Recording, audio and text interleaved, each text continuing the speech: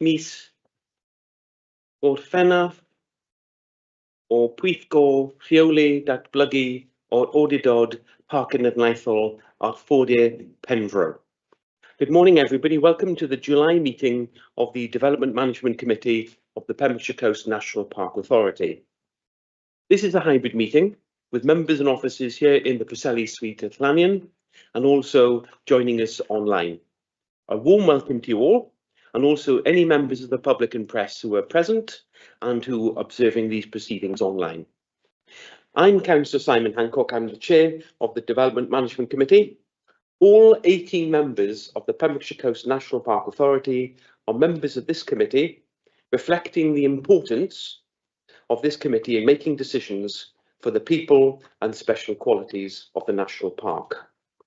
12 members are appointed by Pembrokeshire County Council, although not representing their wards on the NPA, and 6 members are appointed by Welsh Government ministers, reflecting different areas of their expertise. Shortly, I'll ask everybody to introduce themselves, but before we do, I just want to say that there's been some changes of membership of the authority. We've said goodbye to Councillor Tim Evans. Tim was a very engaging and contributing member, so we're very sorry to see Tim go. But then, in the same measure of welcome, we welcome Councillor Hugh Murphy to his first meeting of the National Park and his first DM meeting. So Hugh, you're very welcome, and I'm sure you'll be a contributing member as well. I must remind you all that this meeting is being live streamed, and everyone please speak clearly and follow the usual meeting etiquette. Turn off your microphone when you're not speaking and use the hand raise facility if you wish to speak when you're on the screen, and of course when it's time to vote.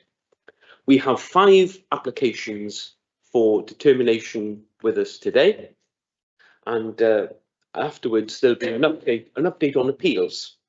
Members can vote only if you've been present for the entirety of any application and heard the whole debate.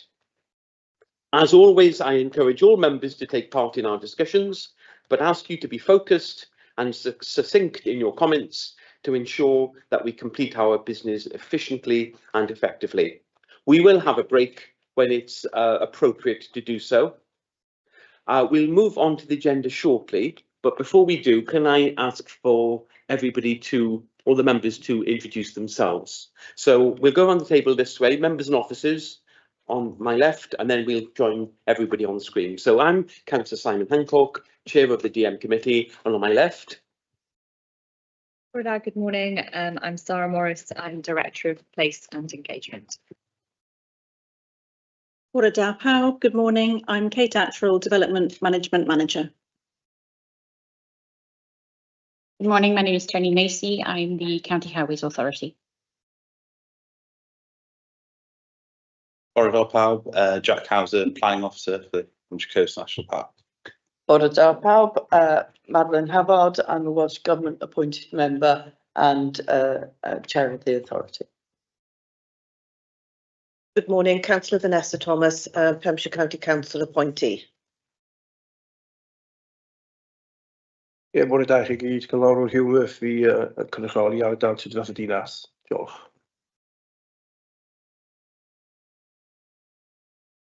Good morning, Claire George, County Councillor, Pembrokeshire County Council appointee.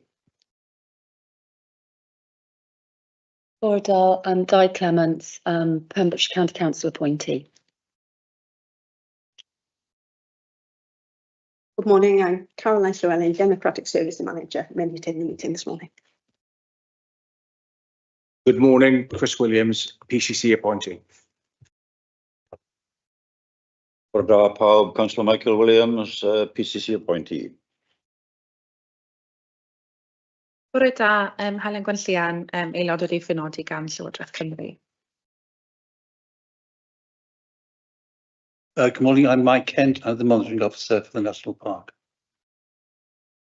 Good morning, Charles Felgate, Solicitor with Gelders LLP, here to advise the authority today. Thank you. And then on the screen, Maureen. Councillor Maureen Bowen, PCC appointee. Fiona? Bore da. Good morning, Fiona Day, Welsh Government appointee. Sam? You're on mute, Sam. Bore da, good morning. Councillor Samskin, Blackhall, PCC appointee. Thank you. Sarah? Bore da, Sarah Hoss, Welsh Government appointee. Thank you. Any other members on screen? Mike? Bore da pawb. Bore da pawb.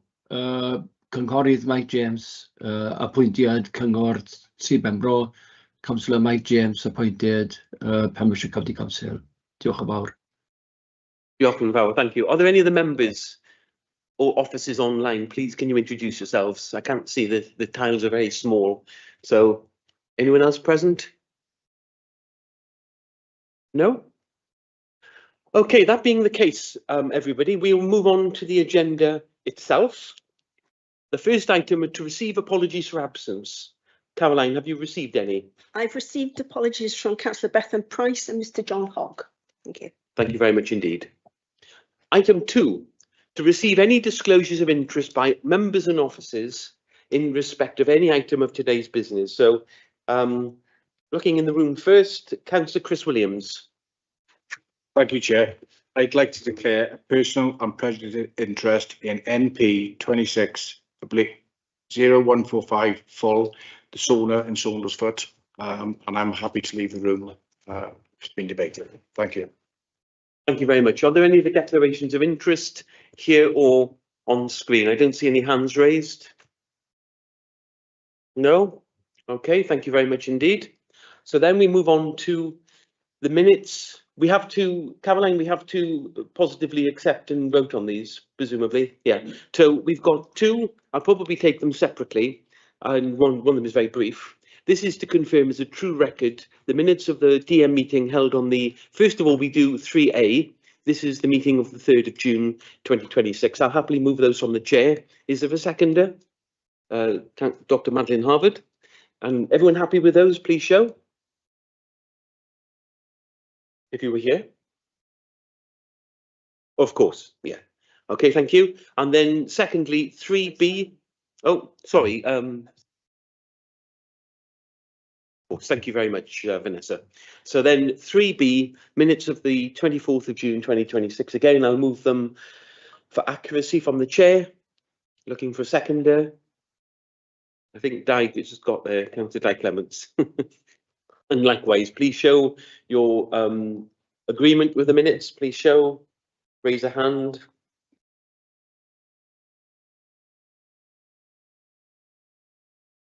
The minutes 2024 rather than 2026. Yeah, that's been picked. Thank you, Helen. Yeah. With the correction of the correct date, obviously. Okay, thank you. Item 4, to consider the solicitor's report concerning members' duties in determining applications. We're privileged to have Mr. Charles Felgate with us, giving us our legal guidance in determining applications and our duties. So if I can hand over to you, Charles, to please go through your usual report. And of course, we have got a new member with us, so thank you. Thank you very much, Chair. I'm equally privileged to be here. I will go through this in a little bit more detail than I normally sort of skip through it because we do have a new member with us, so I hope it's helpful to him, but it should be familiar to everybody else. So the starting point in the report is to set out the national park purposes. They are firstly to conserve and enhance the natural beauty, wildlife and cultural heritage of the area. And secondly, to promote opportunities for the understanding and enjoyment of the special qualities of the area by the public. In fulfilling these functions, the authority is also under a duty to foster the social well-being of communities within the area. In cases of irreconcilable conflict between those various purposes, the Sanford principle is best summarised as establishing the primacy of the first of those purposes over the second, and officers will advise when they of view that a proposal does not accord with the sound food principle. Planning system is a statutory code. It requires that planning decisions are taken in accordance with the development plan, unless a material, that is to say relevant considerations, indicate otherwise. And in this case, we have an adopted local development plan too, which is relevant to that. Irrelevant or non-material considerations must be disregarded. We must take into account the statutory duties to carry out sustainable development under the Wellbeing of Future Generations Wales Act 2015 when carrying out planning decisions, and that's aimed at achieving various wellbeing goals which are set out there in the report. Over the page, we talk about ecological considerations. There are a variety of ecological duties that apply in relation to protected sites, which we'll tend to advise on a case-by-case basis. But there is the general duty that is implicit in the purposes of the duties that are implicit in the purposes of the national park. And in addition to that, under the Environment Wales Act 2016, the authority must seek to maintain and enhance biodiversity in the exercise of its planning functions, and in doing so promote the resilience of ecosystems, so far as that's consistent with the proper exercise of your planning functions.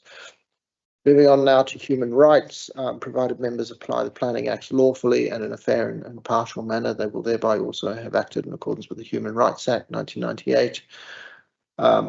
Members' Planning Code of Conduct, that explains and supplements the statutory Members' Code of Conduct in the context of the planning system. It's very important that members ensure that they apply the guidance contained in the Planning Code of Practice while carrying out their statutory duties. And there are some selected quotes from that set out in the report. Over the page again, circumstances where costs may be awarded against the authority, where a decision of the authority is the subject of an appeal to the Welsh ministers. The ministers or a planning inspector acting on their behalf have power to make a partial or full award of costs against the authority where the authority is held to have acted unreasonably and that unreasonable behaviour has directly caused another party to incur unnecessary or wasted expense. So we do need to be cautious in terms of the decisions we make, and they are not without consequence. Not mentioned in the report, but also important to, I think, appreciate is that decisions to grant planning permission can be challenged by way of judicial review through the courts. So it is important that members' decisions are made on a lawful basis, that is to say, rationally, and taking into account all material factors. We will give case-by-case advice when we believe that judicial review risks exist, but it is important to be conscious of that. So that's it from me, Chair, but if there are any questions, as always, I'm here to assist. Indeed, thank you very much indeed for reminding us of our duties and obligations under the relevant legislation in determining applications.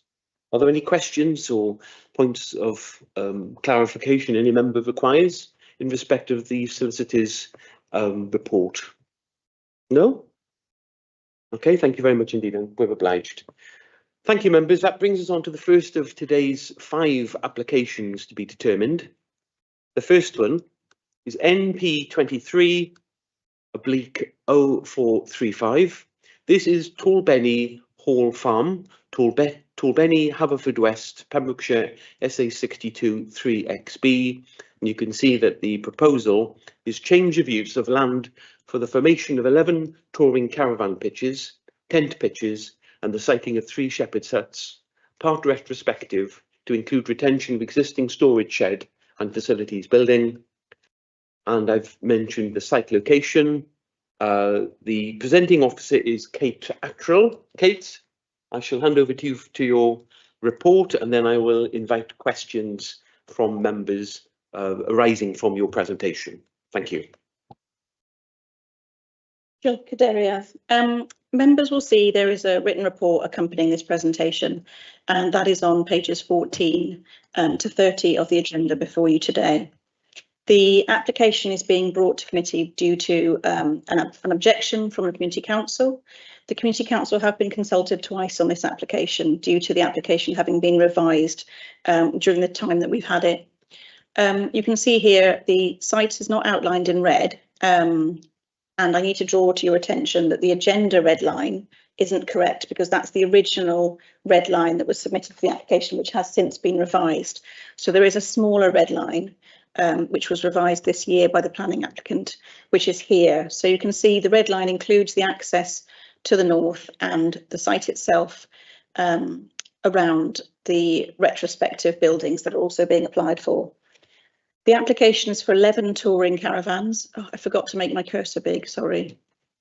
So you can, if you can see the cursor on screen, I'm just hovering by the 11 touring caravans. Then there's a siting of 3 shepherds' huts to the south of that. And then further south again, labelled Area 1 on the plan, there is a camping field.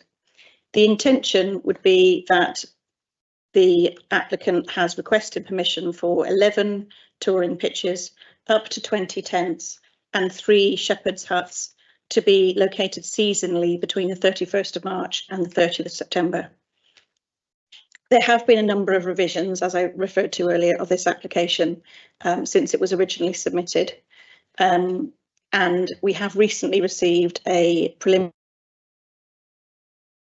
from the applicant's ecologist. That came in on Monday. It has been checked by our ecologist, and our ecologist is happy that, subject to additional conditions, that survey is adequate and acceptable.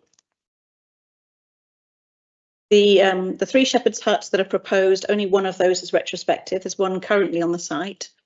They are located to the east of the existing buildings on site. The barn on site is also retrospective. There was a skeleton of a barn, as far as I understand, but that was refurbished and rebuilt by the applicant without realising that it required planning permission. And there has been a significant level of further information submitted in relation to the highway safety and visibility. So we have a number of third-party comments concerned about highway safety. The applicant has commissioned a speed survey by a professional consultant, which has been submitted. We have then had a challenge, a counter challenge to that survey submitted by a third party. And then our highways officer has gone out on site again to check that she is content that the site can be accessed safely. So it is sustainably located in terms of policy requirements for sustainable location of campsites. There is a puffin shuttle that goes straight past the site, and that corresponds to the seasonal opening of the site. And highways are content that there is adequate visibility. But we have got the highways officer here if you have any questions about that after the presentation or after the speakers. Just to take you through the actual site access, it's to the north of the site. This is just inside the access gates. This is the building to the right is not actually in the applicant's ownership, but is in an adjacent ownership. But the applicant has right of access through the access track. And then this is looking left as you stand on the verge out of the site. The small timber building you can see in the middle is the retrospective shower and toilet block. You will have noticed on the conditions that we've added a condition for foul drainage to be submitted. That's because we don't currently have evidence of a discharge consent from NRW for the septic tank associated with this. And were this to be approved today, the condition requires submission of foul drainage prior to the operation of the site itself to ensure that there's no risk for pollution. This is a sunnier day. This is not when I visited the site. It was raining when I visited the site. And this is the campsite in operation. The shepherd's hut, this is the one that's already on site. There's permission is requested for 3 tucked away in little sort of glades around the edge of the site. And then we have a number of condition amendments. I do apologise. Since the report was written, we've had further information, so we've had to update condition 2. So the 2 additional plans that are referred to at the bottom, those are added to the condition 2 that you have in your report. The highways officer is content that the widened access, which was condition either 6 or 9, depending on how you count the conditions. There was a little bit of a formatting error with the conditions at the end of the report. When they went over the page, the numbers started again, and we didn't pick it up, so apologies for that. But the highways officer is content that this condition is not necessary anymore, that there is adequate width on the access to accommodate vehicles passing. There's an amendment to this condition requiring visibility splay. This is that the hedges are trimmed back to allow for visibility. of the application site. And then in relation to the ecological report that was received on Monday, the ecologist has asked for 2 more conditions. So one requiring plants to be replaced if when they're planted they don't survive, and the other one ensuring that the ecological enhancements, the bat tubes, hedgehog box and nest boxes must be installed before the site is operated. Subject to those conditions, and obviously we've got speakers on both sides today, my recommendation on page 27 is to approve subject to these conditions. Diolch, Daria. Thank you very much indeed, Kate. Yes, we have speakers, but before we turn to those, I'll ask, are there any questions from members to Kate in respect of her opening presentation? Dr. Madeline Harvard. Diolch, Cadeirydd. Just a couple of questions, Kate, please. One, a very simple one. Does the expression touring caravan include camper vans? So when we're talking about 11 pitches, no, yes, 11 touring, would that be a mix of campers and or caravans? Diolch, that's a really good question. I think that when I spoke to the applicants a couple of weeks ago, the intention was actually that it should have referred to motorhomes rather than touring caravans, but we haven't had that in writing from the applicants. So we might ask the agent if they can clarify that, and potentially we amend the description and the condition to refer to motorhomes only and not caravans, if that's the intent. That would be helpful, Kate. I mean, even if it's a mix, but that, you know, that it just because we're seeing more and more camper vans around the county, I just wondered whether this was another opportunity for vans to arrive. We have the applicant. We have the applicant with us, so we can. That question can be put. Absolutely. Come back to you for your second question. Perfect. And the other was there's 2 others, but I think the changing conditions covers the biodiversity enhancements, which I was a bit concerned wasn't in the original report. So that's really helpful that we've had that. The final one was about the safety, highway safety aspect, and I clearly there's a concern there, including from some of the comments that have been made in the report. So I wonder, Tony, whether I could ask that our highways advisor just to talk about displays and the work that you've done, just to reassure members. Thank you very much. Thank you very much. Yes, absolutely can do. When we were considering this application, we had requested that a speed survey was undertaken, which the applicant employed a company Seven decided to do.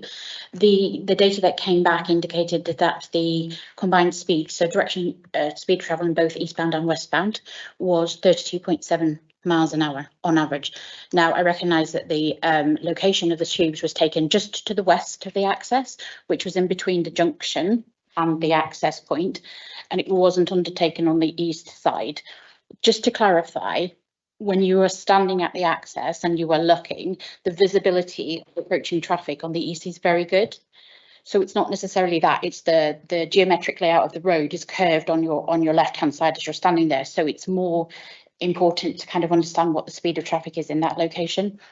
So with it being 32.7 miles an hour on average, that means that the visibility space can be lowered reflectively. They're not required to fit the 60 mile an hour speed limit, which would be 215 metres in both directions. Based on this assessment, 50 metres in both directions is adequate. This can be achieved within the highway verge. I have checked the highway verge extent. It covers the front of the bank. If it's useful, may I just share my screen and just show you what I mean by what the display looks like on the ground? Just bear with me for 1 second while I get the technology up and running.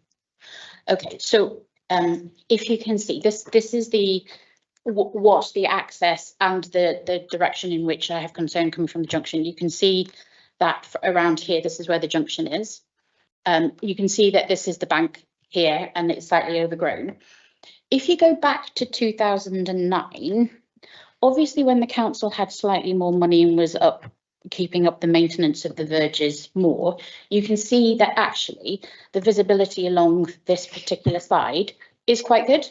And you can achieve that again simply by cutting back the vegetation along this line. So it wouldn't remove any vegetation. It wouldn't cut down the centre line. I'm not asking for anything to be set back or taken away.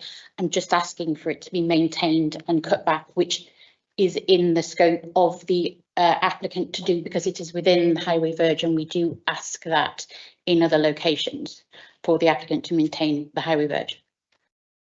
That's my best sort of presentation of how to get you to understand. Yeah, thank you very much.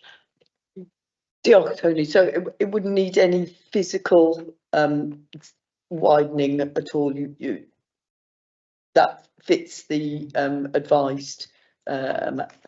Yes. So previously we have requested that the access be widened. We don't need it to, because you can actually achieve the visibility space from just maintaining and cutting that back.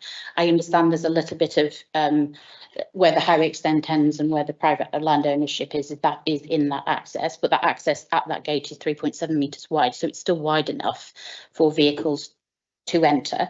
The maximum width of touring caravans is 2.35 metres, so there's room for it to enter. The volume of traffic and the trip generation from this is low. So in my opinion,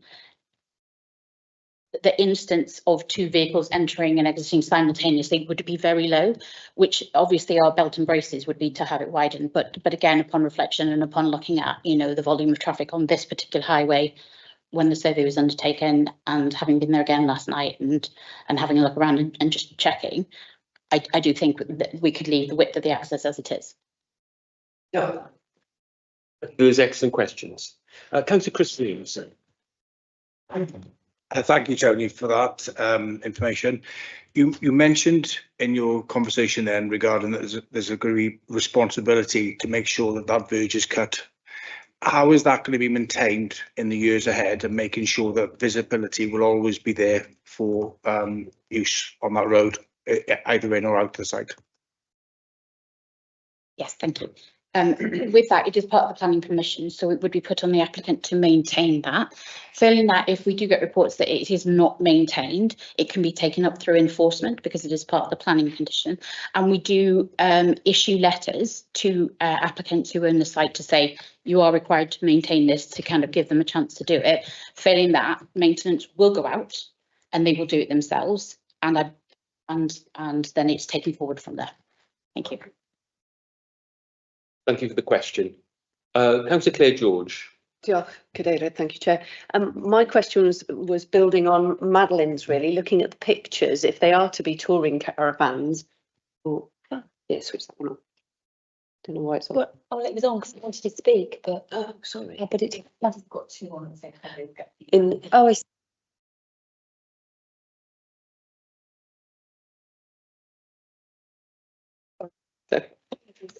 Okay, so you were saying? Sorry, apologies.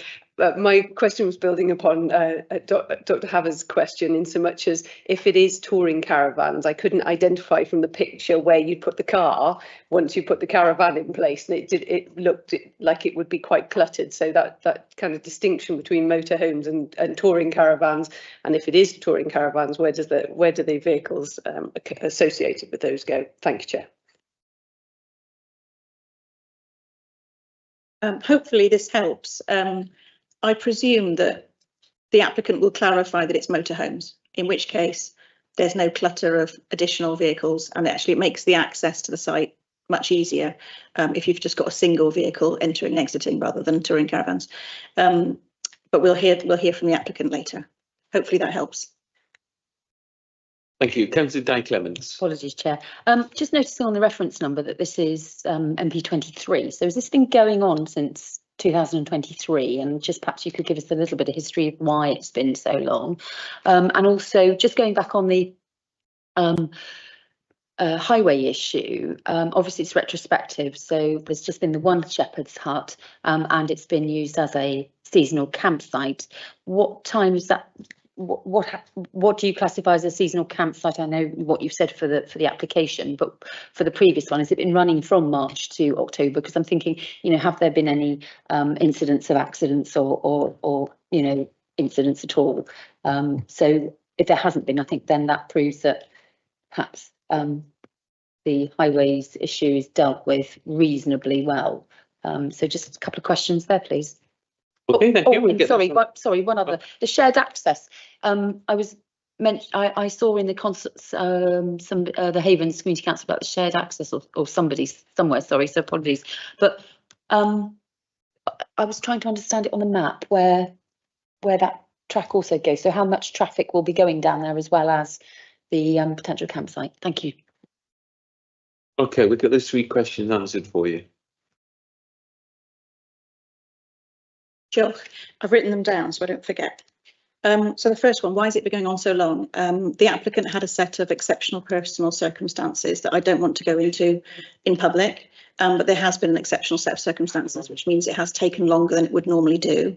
When the application was first submitted, it had a very large red line, as you'll have seen from the red line on the agenda. That actually made the application into a major, but it was submitted without the PAC consultation that's required for a major. So the applicant then revised the size down to not require a PAC anymore. And then the further details have come through sporadically since then. So it has just been a really long, drawn out process. Secondly, the seasonal question. So up to this point, as far as I understand, the application site has been operating under the 28 days.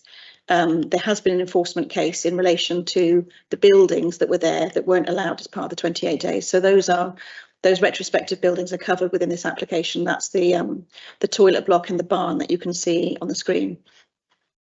And then the shared access, if I go back a slide, the farm owns the surrounding land that's not outlined in red.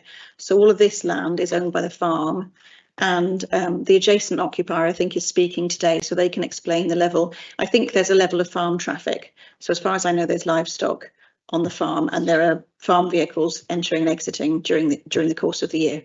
But that's not something that has caused highways to object. So as far as I understand, that's okay. Yeah. Okay, thank you for those questions, Di. Are there any further questions for Kate in respect of her presentation before I call upon the first speaker, Alison Gibby? Sorry, Kate. Sorry, I forgot. One of the questions was about accidents. So if I can hand over to Tony. Hello, yes. I did run an accident check through Crash Map and the Stats 19 databases. There's been no accidents in the past 26 years in recorded accidents. So I don't necessarily think that this intensification will lead to any road safety incidents. Thank you. Okay, thank you. Okay, any further questions for Kate? No? Okay. Okay, so I'll welcome Alison Gibby to the. You'd like to sit there. Thank you. Welcome to the DM committee. As you're probably being briefed, Ms. Gibby, you've got 5 minutes to make your objections to the your comments to the committee, after which I'll invite questions if members may have questions or points of clarification.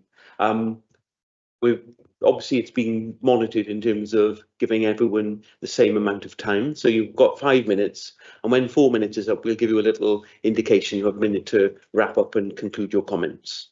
So in your own time, welcome, and it's over to you. Okay, thank you. Well, that was a big surprise to hear that highways have just changed the condition from 5.5 metres, because when I looked yesterday, it was still there. Okay, it might have been a misunderstanding because what highways have put up is very confusing. And the reason that they were asking for 5.5 metres is so that 2 vehicles could both come off the highway together and then pass through. And the statement that that doesn't likely happen very often, well, we've put a CCTV camera up to watch this for the past few years. And yes, there's quite often a backlog, and there are vehicles queuing before the gate and queuing the other side as well. So that actually wasn't true. And as far as the visibility display goes, I took several photos, which I think went up for you all to see, of me sitting in my car looking left and looking right. And I got the community council to come and look as well. And then Highways told me that they thought it could all be cut back. And I thought, no, it can't, because that's a solid bank. So I asked a surveyor to come and look at it, and he surveyed it all very carefully. And I'm afraid that I would disagree with your highways officer, and that is actually a solid bank. It's not just vegetation. It's a solid bank that the National Park put up as part of the land reclamation of Torbenny Airfield. And it's about 7 or 8 foot high, and it's huge, great concrete lumps. And then the National Park planted hedgerow trees on top of it. And then the other thing I would disagree with your highways officer is about the visibility required looking the other way. So if you're coming out of the gate, if you look left, you look towards Torbenny Crossroads. And if you look right, you're looking towards Hasgood Cross. And the speed counter was only placed on the left-hand side of the gateway, which I thought was very peculiar. And then I read the report, the AXTRO report, and it said that the reason they put it only on that side was because the highways officer had said that there was 215 meters to the right, so it wasn't needed. So in other words, the visibility display to the right is meant to be 215 meters because it's a 60-mile-an-hour road, and a speed test has not been carried out on traffic coming on that side of the road. And I wondered why the visibility display drawing in the AXTRO report had it only 50 meters to the right. So in fact, I phoned them up myself yesterday to ask them, and it seems to be just a mistake. So that actually the 215 meters is supposed to be to the right as well. It's meant to be 46 meters to the left. I can accept the results of that one, but it's meant to be 215 to the right. So I then asked the surveyor to do the survey that way. And in fact, the line crosses the hedge bank. So that was my latest email. I'm afraid this was all a flurry of emails because I only had 2 weeks to get all this sorted. I didn't realise that Highways was going to change their opinion from refuse, because it's been refused the whole time until now.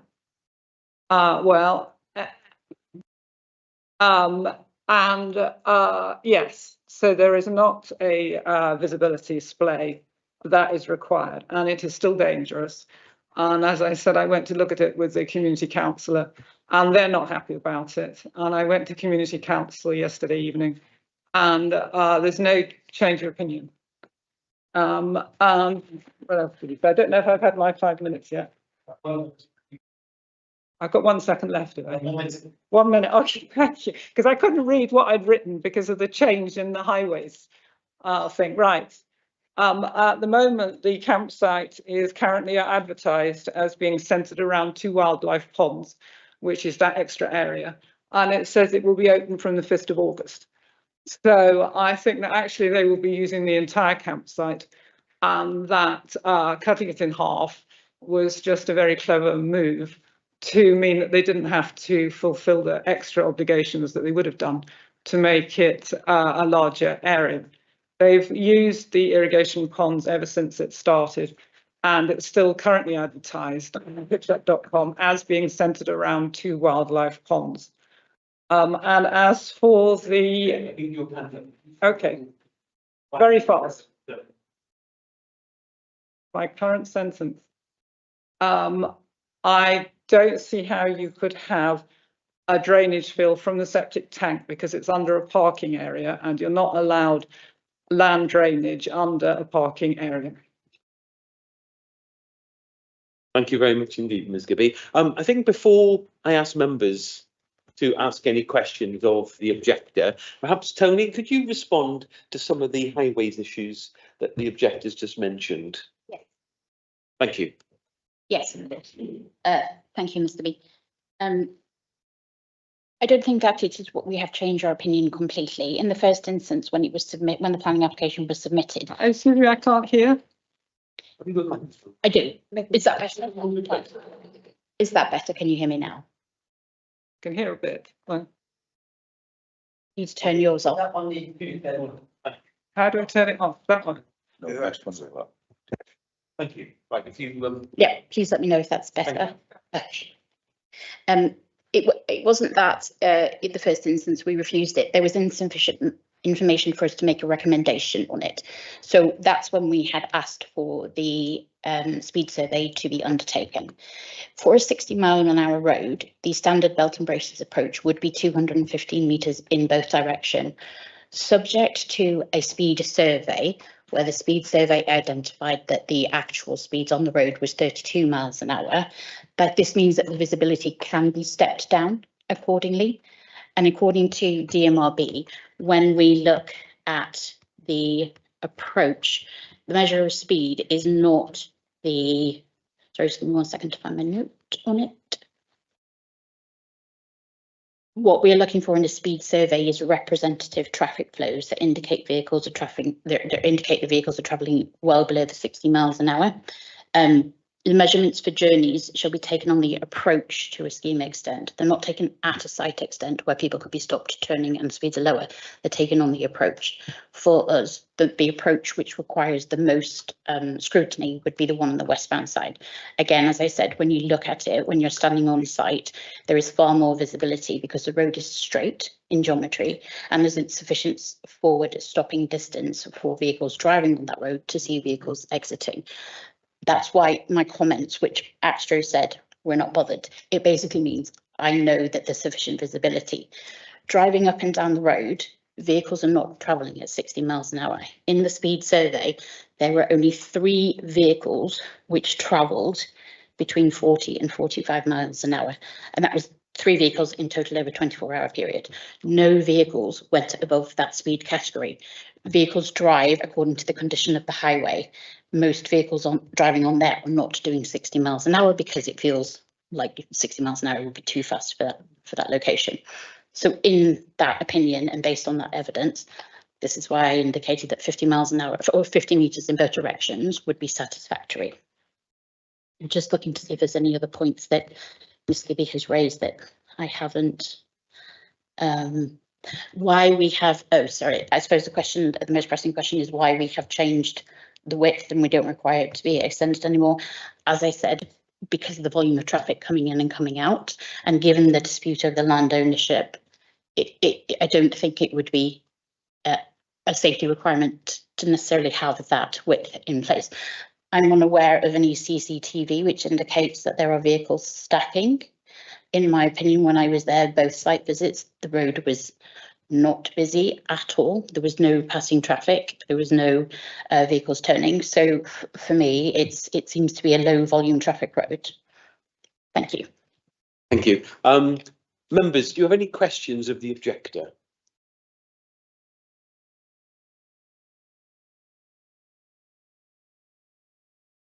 No? Oh, Councillor Claire George. Chair, I just for clarification, really. So the principle or your sole reason for objection is the traffic management at the site. No, I have we have a lot of other objections, but because I was only allowed 5 minutes, I focused my written objections on the highways issue. No, we have a lot of other objections, like, for example, we own the land along the stream, and the applicant has removed all the screening, all the trees that were there. There was a lot of trees planted there by the scrapyard owners. It used to be a scrapyard, to screen it from the road because they were trying to get planning permission. And all of those trees have been removed along the boundaries, so that if we're working beside the stream, or last August we had a picnic there, and we're just right in the middle of a campsite. So there's no boundary anymore. And other objections that we have are that there has been sewage effluent in the stream, on several occasions, which we believe, obviously I can't actually prove, has come from this septic tank.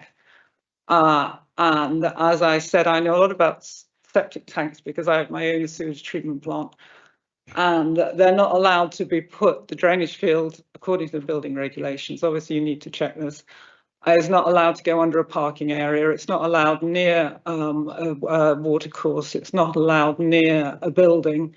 And looking at this area, it's all a parking area because when the campers are there, they just drive all over it and park anywhere.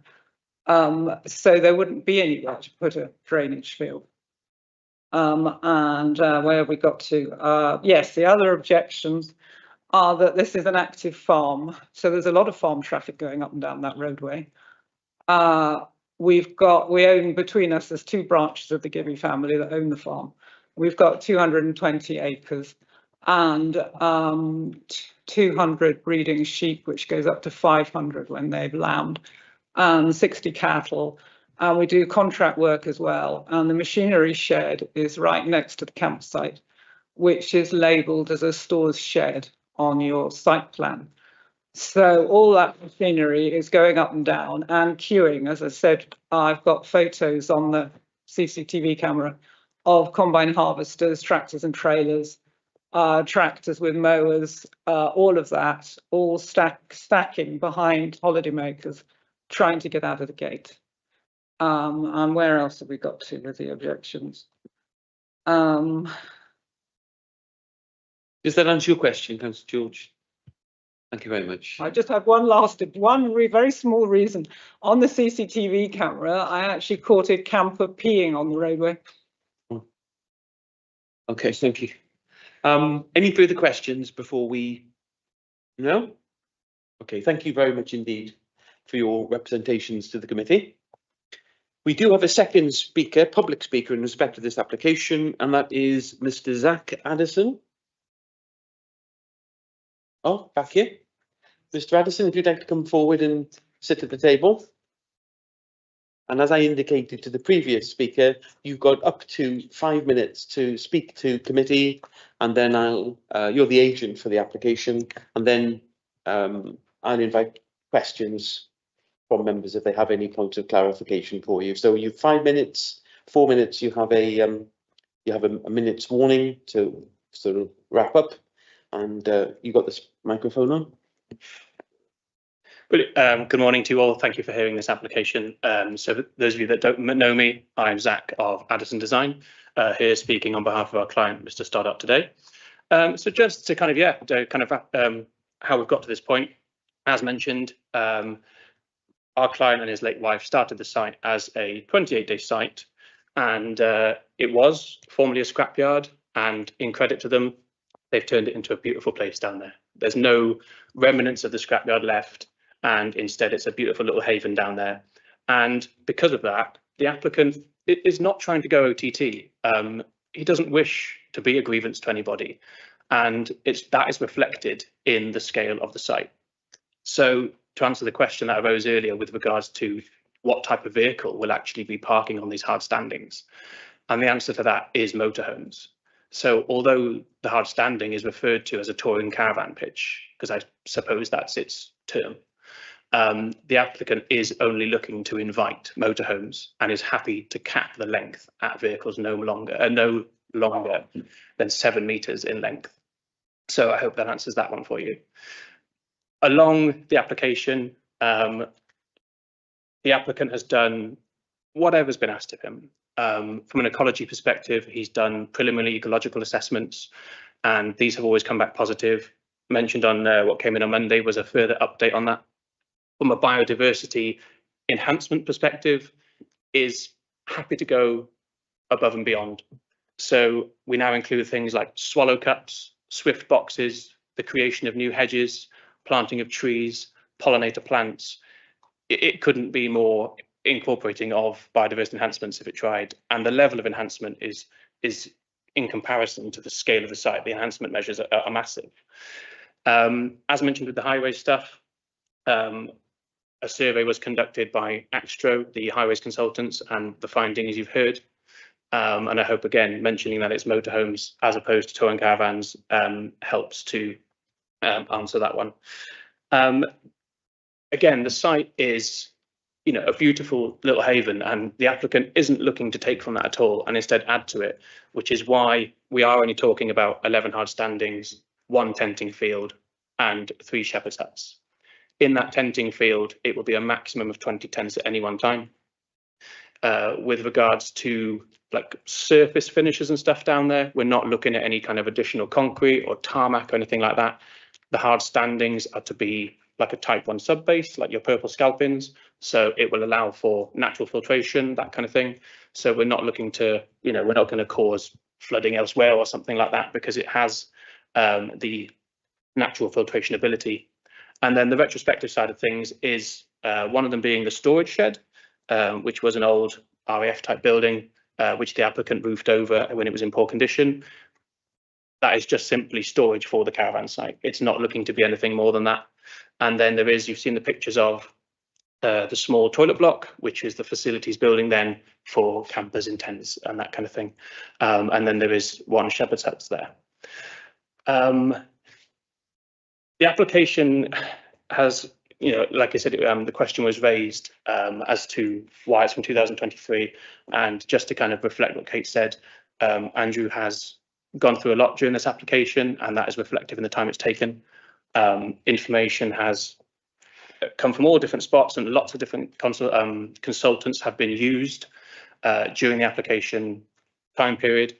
And I just wanted to take the opportunity to thank the officers and the consultants involved for their tenacity during it, because getting to this point, as you know, hasn't been easy. And we, you know, lots of surveys have had to been done and additional reports and then updates to that. Brilliant, thank you. So yeah, no, just to thank that, and then again, just to mention, you know, whatever is asked of the applicant to this point he has done, and that will be reflected going forward. If you know, if from a maintenance perspective and that kind of thing. And then just to again mention on the access side of things is, although it is recognised that there is a solid bank at the entrance, it does not touch the tarmac. There is a highway, there is a verge which then slopes up, and then there's a bank, and it is that gap between the edge of the tarmac and the solid verge that allows you the visibility. If the great big verge was bang smack against the tarmac, then understandably you wouldn't be able to see left or right. But that isn't the case here. There is a bit of a flat area from the curb side. It then begins to gently slope up, and then further back is that bank. But in the sloped area, you can see. Thank you very much. Thank you very much indeed, Mr. Addison. Okay, members, questions for the agent. Councillor Clements. Thank you, Chair, and thank you for your presentation. There was an issue about noise and whether there'd be complaints about that. So I'm just trying to understand how close the alternative, houses not connected to this campsite is. I mean, we've heard about, you know, picnicking in a field or in a campsite. So I just wondered if you could advise them. I'm just looking at the map a bit and just struggling a little bit to find out how close it is. Is that the closest one? Yeah. So one thing to mention about kind of noise mitigation is the fact that the site is completely secluded in its own little bubble. It has really established tree lines and hedges right round, which of course you speak at about 60 decibels, which dissipates across 10 metres or so. So by the time people talking normally on the campsite hits those tree lines, not only has it had the distance to actually dissipate, but when it hits those tree lines, it then gets fuzzed up between the tree line. There are in the village, you know, there is the village of Talbenny, and there are houses. I think the nearest one, and this will need to, if somebody can pull like Data Map Wales or something and run a line from house to house, I think it's like 130 metres is the closest one from memory, but that would need to be checked if somebody draws a line on Data Map to the nearest house. But again, if it was an open field and on the edge of the field was a house, if somebody were, you know, kids on the site having fun, a little bit of screaming and stuff, and then just kids being kids, will travel. But in this instance, there's hedgerows, there's trees, and we're not talking trees like this. We're talking great big, you know, it's really established down there, and that's what adds to its kind of haven. So, you know, the noise will be mitigated through that vegetation, but also, you know, there is a fair distance to any dwelling. Kate, do you want to add? Thank you. If you I've measured it on the map, and from the corner, the closest corner of the campsite to the nearest adjacent dwelling is 101 metres. So under the Welsh Government's new permitted development, noise is excluded effectively if the nearest dwelling is over 100 metres away. So that would also fall within that definition. Can I just add though, now that the agent has clarified that we would request to change condition 3 to refer to motorhomes only. And in reference to Mrs. Gibby's comments about the drainage, SAB consent would be required. That's been confirmed by the drainage engineers. We've also put on condition 4, which requires a foul drainage scheme to be submitted prior to operation. So the existing toilets would need to effectively be blocked off if this was approved today, and the applicant would need to submit a scheme for management of foul drainage in between assessing whether the existing septic tank is adequate for the needs of the campsite, which would need to be done through ourselves and NRW. And he would have to find a way, potentially bringing in portaloos and having those emptied to somewhere that wouldn't affect an SAC. Di, do you want to come back? Yeah, actually, I've forgotten about that one because I'm just thinking about the more vehicle movements with a motorhome. If you have a caravan, you're going to dump it off and go with the car. So I just wondered, how does that change anything with vehicle movements? I mean, okay, it's probably easier to get out onto the road if you haven't got two sort of, you know, vehicles, a caravan and a car, but a motorhome to go travelling more. Just a question really, general. Okay. Not necessarily, because if you think about it, the number of vehicles that would be moving and leaving their caravans behind would be the same as the number of motorhomes moving in and out anyway. You'd just be taking your home with you. So it's that.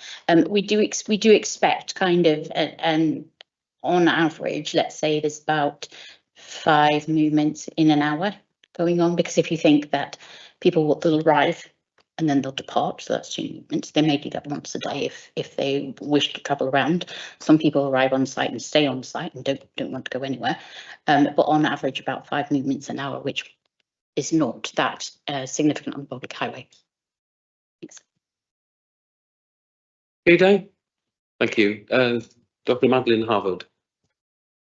Diolch, Cadeirydd. Thank you very much, Zach. I wonder if you could just talk a little bit about the Three Shepherds huts. The plan, as I've read it, is that this is a seasonal site, and so they would be out on site during the March to October period, and then in the shed or in the barn, move to the barn. The question that just flashed in my mind was from the images we saw, where there appeared to be some decking around one of the one that was there. I'm assuming that will be acceptable. Could you confirm that they will be moved into the shed, and then perhaps we could come to our officers just to talk about if there's any other structures around them and what the impact is. Thanks very much. So exactly that. They will be on site during that March to September kind of seasonal provision, and then during the winter months, the applicant is happy to put them at request. So from a visual amenity perspective, if we want to put them inside the shed, they can be towed away, locked there until March. Happy with that. If it's preferred that they were towed to the yard space above the shed and they sit there, fine. Either way, they will be removed from site and kind of put to a central location where they're off of their where they kind of trade from. But if they need to go in the shed, that's fine. If they need to go on the yard space, that's fine as well.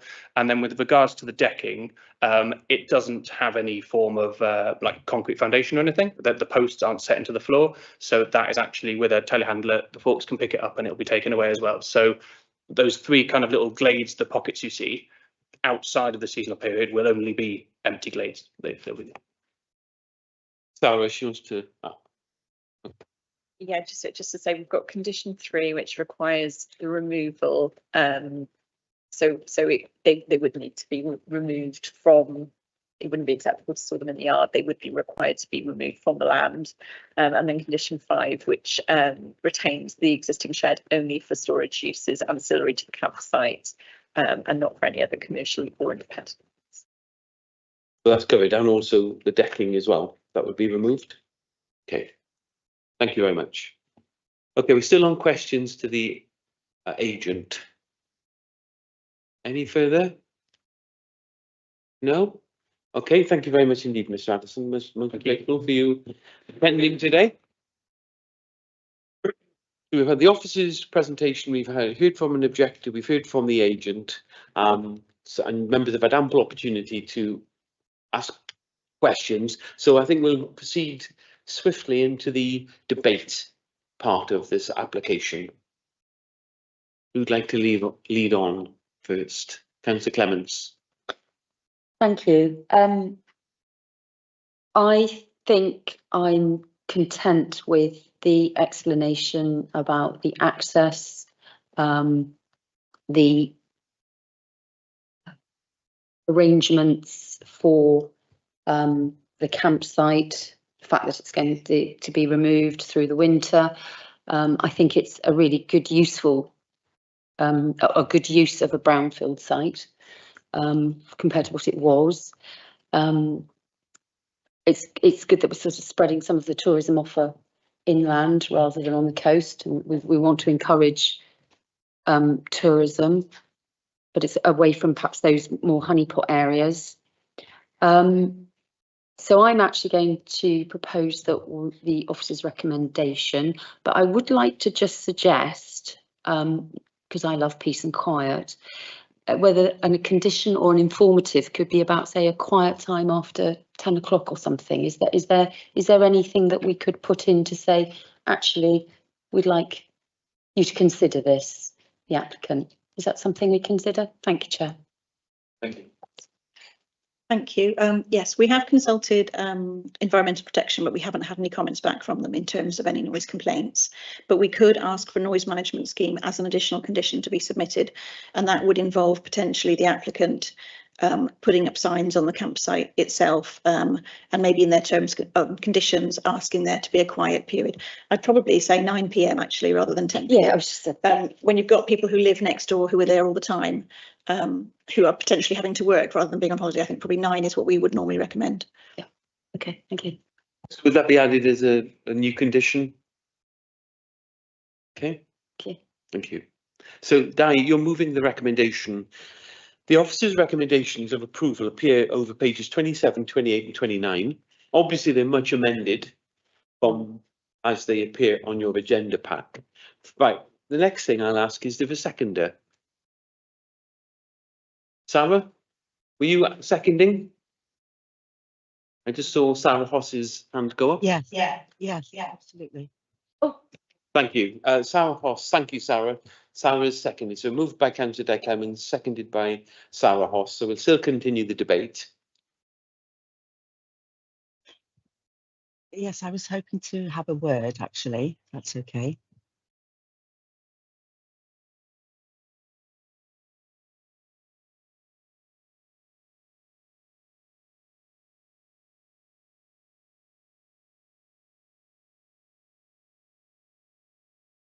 Okay, thank you.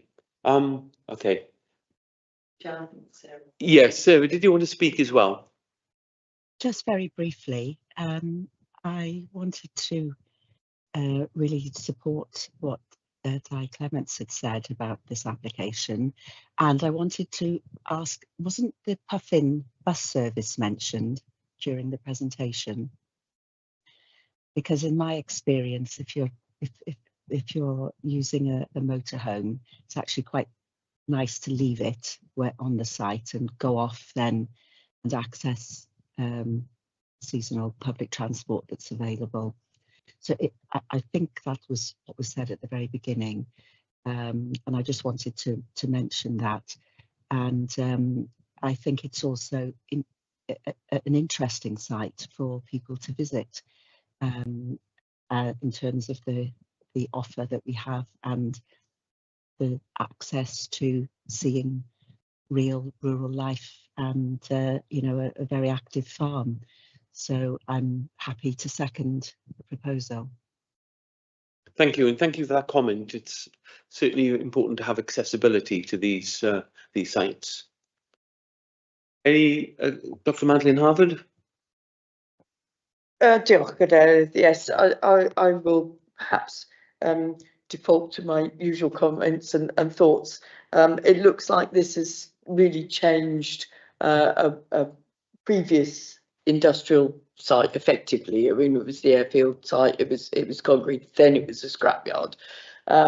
To one with ponds, one with hedgerows. We have a commitment, and indeed we'll have conditions on enhancing biodiversity.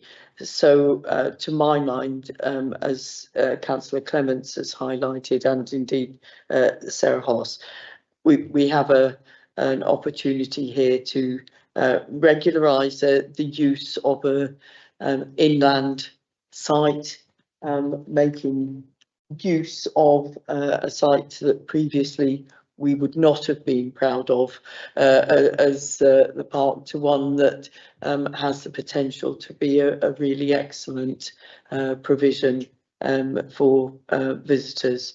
So we obviously heard and took account of Ms Gibby's objections. I think that from our officer's point of view, all of those issues have been overcome now, or will be overcome, and I certainly will be voting for the proposal, I think. Thank you. Thank you for those comments, Madeline. Any further comments before we proceed to a vote on the amended, with the recommendation with the amendments that have been relayed to members? Who's up? Councillor Mike James. Diolch yn fawr, Cadeirydd. Sgwysodwch fi. Hoffen ni cefnogi popeth sydd wedi cael ei weid. Mae'n hyder o, dwi'n hyder o falch i gweld rhywbeth fan hyn yn dod mas o'r lleoliadau busnes cryf yn y gorffennol, a i cael rhywbeth fan hyn mas yn y wlad wel, mae fe'n ffein iawn i weld e'n dod mas. So dwi'n fodlon cefnogi fe. Diolch yn fawr iawn. Diolch yn fawr. Thank you, Councillor James. Are there any further final comments before we look to a vote? No? Okay. Well, it's been moved and seconded. The recommendation, pages 27, 29, as amended. Don't forget the amendments. Before we do vote, can I ask Councillor Maureen Bowen and Mr Gwyn Angell Jones, I'm not sure whether you have been present for the whole of the debate. Obviously, if you haven't, then I would recommend you didn't vote. But if you have been, so just to make you, well, you know what you know what the. Oh, you were both present for the entirety of the debate. That's what I'm trying to gently suggest. Yes, that's true. Thank you. Okay. Well, if you feel you've listened to everything, then obviously we'll vote. Those in favour of the recommendation as moved and seconded, please indicate in the time-honoured way.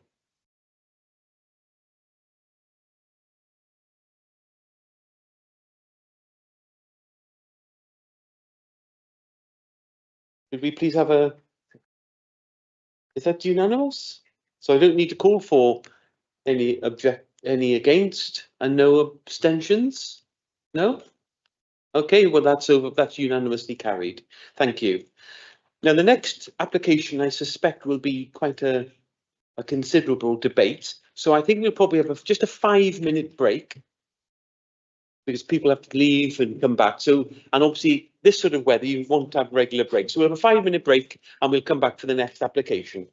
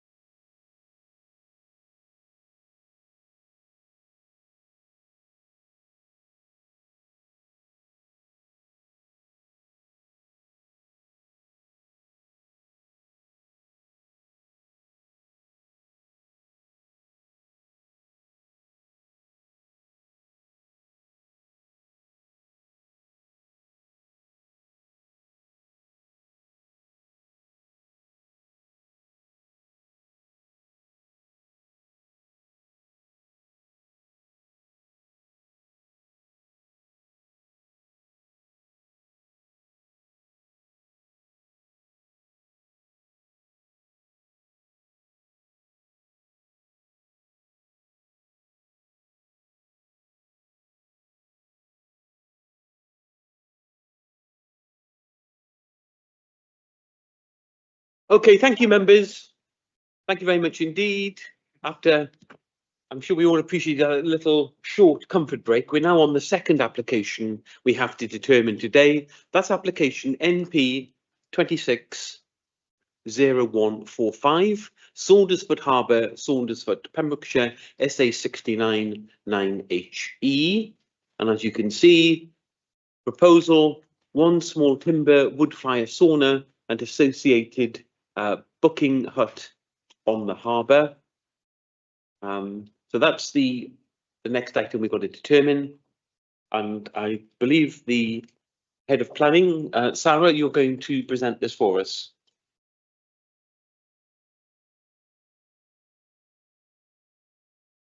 I beg your pardon?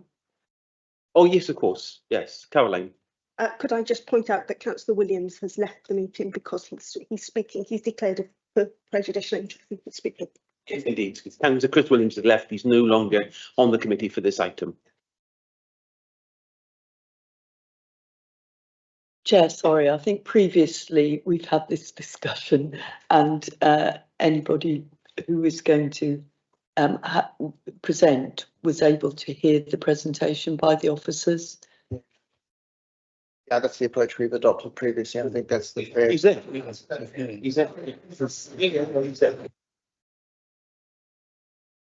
Well, County Councillor Chris Williams is in the room. So, Sarah, please. Sarah. Good morning. I'm presenting this application on behalf of the case officer this morning, who is unfortunately unable to be with us due to a family bereavement. I am familiar with the proposal and the site, but please do bear with me if I need to check specific details when we get on to questions.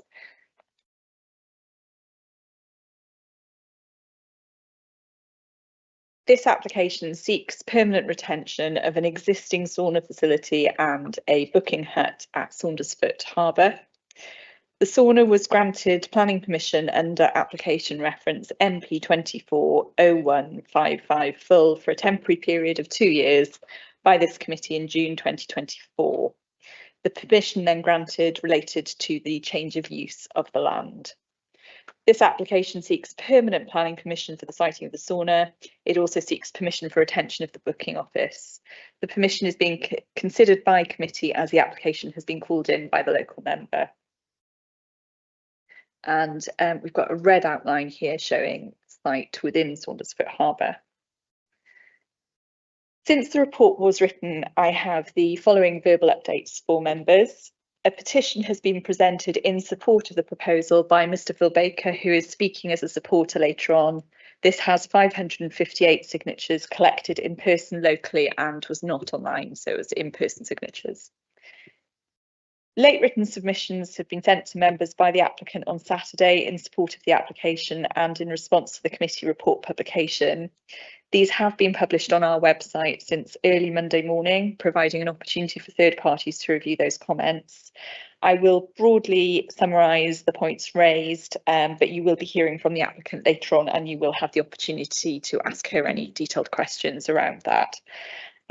Firstly, the points in the submissions sent to members focus on the fact that the sauna's current location is considered essential to the success of the business and that relocation would reduce the coastal experience and wellbeing benefits offered. Secondly, that the sauna has operated for 2 years, attracting 5,500 bookings and an estimated 8,000 users, and is now an established part of the harbour offer. That the business provides community benefits and employment and income generation for the harbour. The applicant states that the sauna's appearance and location is unchanged from the temporary permission and sits within an already commercialised harbour, and that adequate pedestrian and wheelchair access remain available, and that the booking hut is necessary for operational and safety reasons. The applicant suggests that the FCA, a flood consequence assessment, has been submitted, that NRW have not objected, and that the mobile and supervised nature of the sauna mitigates flood risk. Reference is made to other developments approved in the harbour and elsewhere in the national park, and the need to demonstrate support for tourism and the local economy. And the applicant requests committee give weight to the tourism, economic and wellbeing benefits of the proposal, together with its evidence of strong local support and compliance with planning policy objectives. While the principle of a visitor and wellbeing facility is supported in policy terms, officers have identified concerns regarding its location, impact on the conservation area, pedestrian access and flood risk information, and the committee recommendation from officers is therefore one of refusal based on those three reasons, and I will cover those in my report. The main issues identified are shown on the slide, and I will refer to these in the course of my presentation. In terms of planning policy, the proposed site lies within the centre boundary of Saundersfoot Local Centre as defined by Local Development Plan 2. Policy 4 sets out the land use priorities for Saundersfoot. These include permitting proposals for small-scale employment opportunities to meet the needs of the local area, to protect and enhance the district shopping centre and community facilities to meet the need of the local area and visitors, to ensure developments permitted to contribute to the protection and enhancement of the village's special qualities, to protect and enhance the harbour, and to assist Saundersfoot in preparing for and adapting to coastal change. Policy 38 of the local development plan relates to the visitor economy and sets out development which would be permissible to attract visitors to the national park. These include permitting visitor attractions, recreational and leisure activities in or adjacent to centres. Therefore, the principle of this type of development being located within the centre boundary is clearly established by both Policy 4 and Policy 38. This is, however, subject to detailed consideration of whether the proposed development has a detrimental impact on any of the special qualities of the village, and that is the area that links to the conservation area objection that we've received from our historic buildings officer, which I'll come on to in due course. Policy 18 of LWP2 seeks to control development within identified harbour areas, including Saundersfoot, and supports development provided that it sustains harbour activities and conserves or enhances the existing character of the harbour. The sauna was granted a temporary 2-year permission for the change of use of land to accommodate it in 2024, and this application now seeks permanent siting of it. So you can see this is the harbour area shown in a dashed blue line. The site occupies a prominent waterfront location within one of the most visible parts of Saundersfoot Harbour. The area benefits from significant public use. It is within the Saundersfoot Conservation Area, part of the designated harbour area, and also partly within Flood Zone 3 and the Coastal Change Management Area. There are nearby special areas of conservation, SPAs and special SSSI sites of special scientific interest designations. However, in relation to the SAC, SPA and SSSI designations, the PCMPA ecologist has not objected to the proposal and has advised that we can screen out the proposal as being unlikely to have a significant effect on the special area of conservation or the SPA. It is not considered to result in any detrimental impact to the SSSI. These slides show the sauna and the booking office as you look across the front. So the booking office is immediately adjacent to a separate booking office for harbour trips. And these slides show the plans submitted to support the application. So you can see the dimensions proposed. And this is an indicative plan which shows potential location options for siting the sauna, which include moving it further back for extreme wave and weather periods to approximate location D. These are provided only for illustrative purposes only and are not to scale. The dimensions of the sauna and booking hut, together with floor plans, have been submitted as part of the application. The booking hut measuring approximately 2.8 metres at the front and approximately 2.3 metres at the rear. The sauna measuring approximately 2.6 metres to its highest point from the ground at the side roof. So this is the booking hut still, and this is the booking hut again. And we have the sauna here, so you can see the slope here on the roof. So the highest point being 2.6 metres at the highest point from the ground, and the wood burner flue extending above that, and the width of the sauna approximately 2 by 4.1 metres. So some further photographs. In terms of the visual impact then of this application, consultee responses have generally raised no objection to the proposals. However, the conservation area has raised concerns regarding the effect of the proposal on the appearance of the conservation area. There was no objection received to the original application, and the officer committee report that came 2 years ago did not identify that as an issue. However, in the course of the application discussion at committee, the committee minutes do note that members did raise concerns about potential visual impact associated with that sauna. In terms of this application, there are 2 differences. So firstly, it is for a permanent proposal rather than a temporary proposal. And secondly, it now includes the booking office as well. So there is a greater massing element that we're looking at here.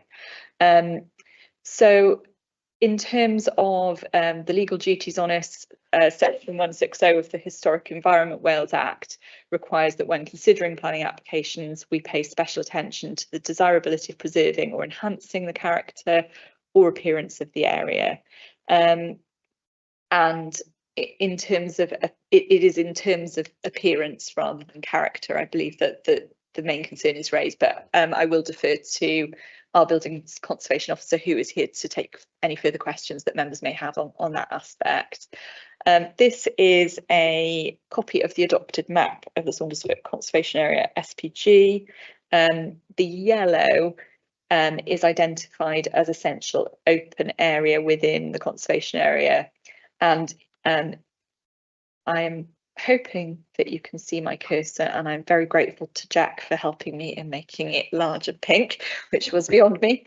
But you can hopefully see point 3 there, which identifies panoramic sea views. So that's set out within the adopted SPG. So in response to the committee report, the applicant has sent some photographs. I haven't included all of them here, but I have included some of the key ones that I think address the points that she wishes to raise with committee, and she will no doubt speak on this later. But firstly, that in this view, that the existence of the raised flower bed and the electric substation provides a natural screening for the sauna itself in that image. This is the booking office just to the right here. And we've got the view of the coal office from the car park, and then also provided here a view of the sauna and booking office from the coal office. So those have been submitted by the applicant in response to concerns raised about the conservation area views. This is a photograph taken by the case officer on the promenade of both the booking office and the sauna, and we've got some close-up photographs taken by the case officer to give you a better understanding of the proposal. So further, these are images taken from the beach, and in terms of the reasons for refusal, one of the reasons is also about the appearance of the conservation area when you are looking back at it from the beach side. So that's set out within your report.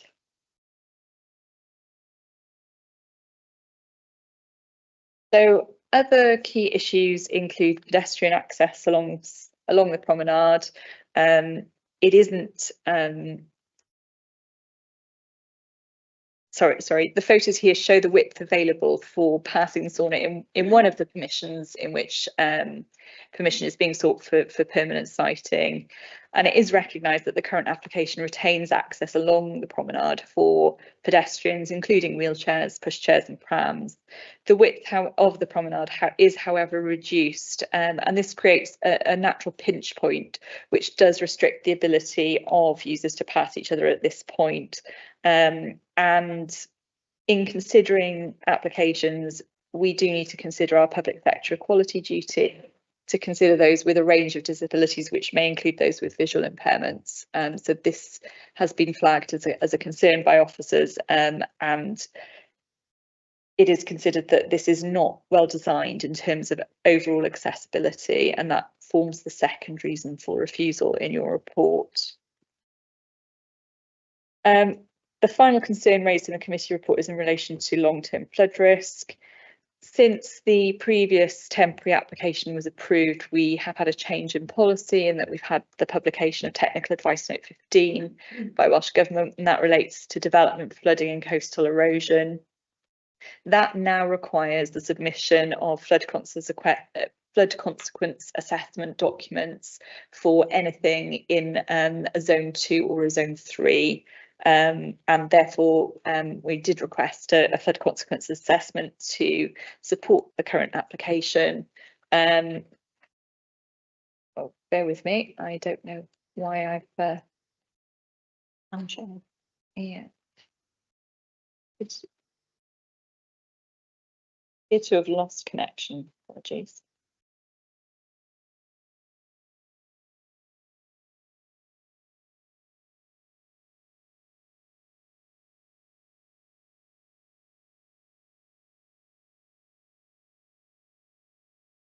Sorry, I'm just rejoining the meeting so that I can share with you.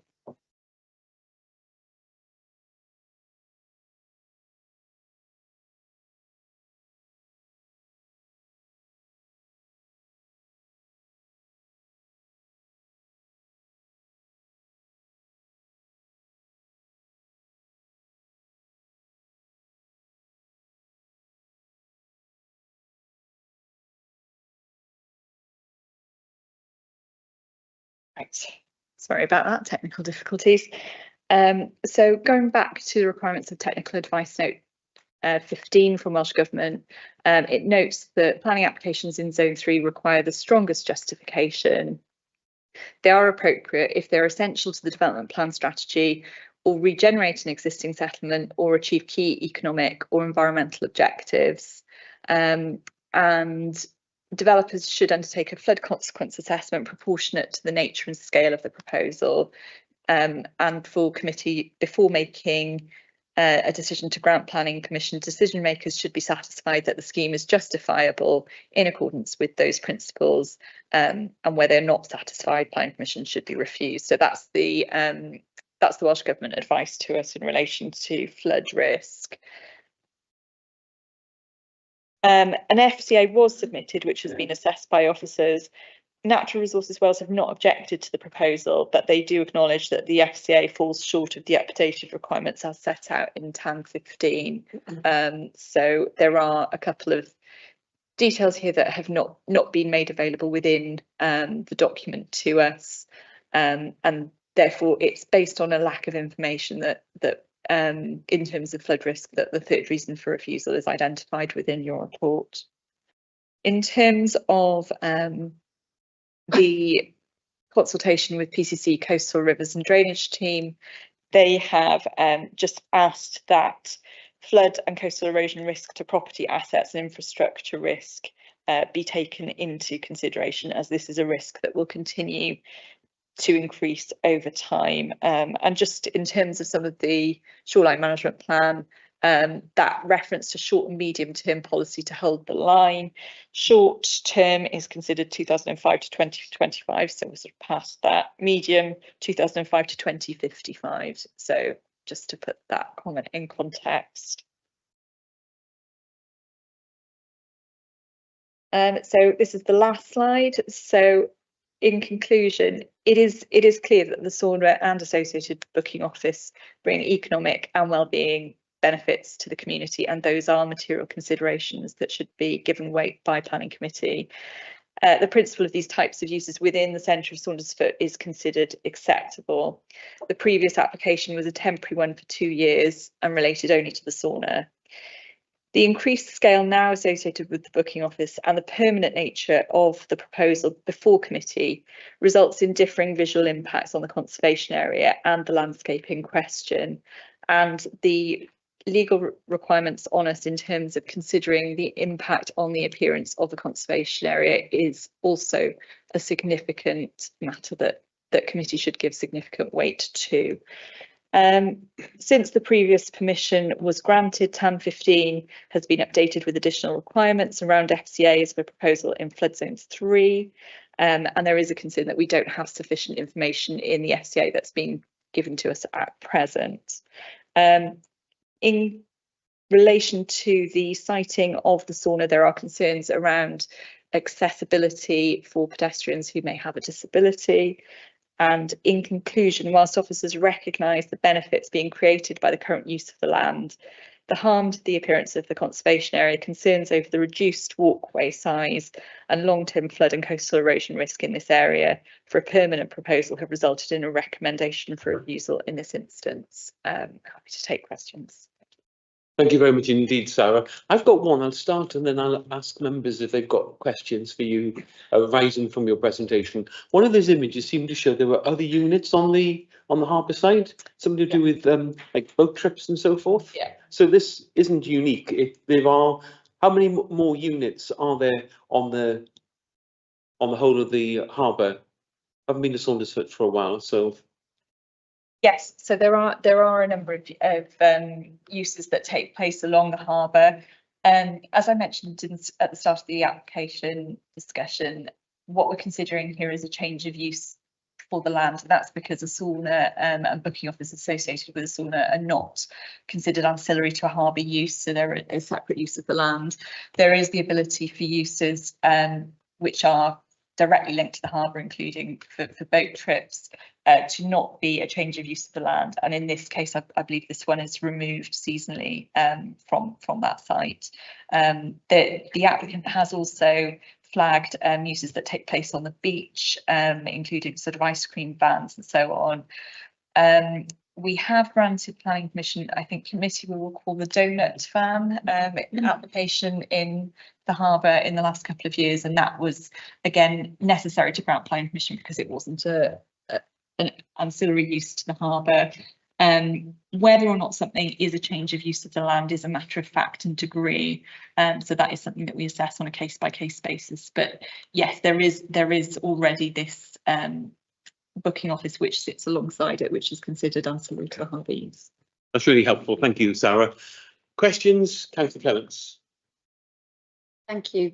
Just to confirm, because there probably were some of us that weren't here when the original planning application came to us, that the booking hut was not part of that original application. So the booking hut is really retrospective and has been there for some time. That's correct? That's correct. Yeah. Thank you. Dr. Madeleine Harvard. Yes, Sarah, thank you for that presentation. The pictures are particularly helpful, and as Di says, there's a number of people around the table who perhaps weren't here when we considered it last time. My question is almost inevitably about biodiversity enhancements. I think previously we talked about planters and so on, which was a part of, I think it was a condition of the last, even the temporary planning permission. It is a difficult site, without a doubt.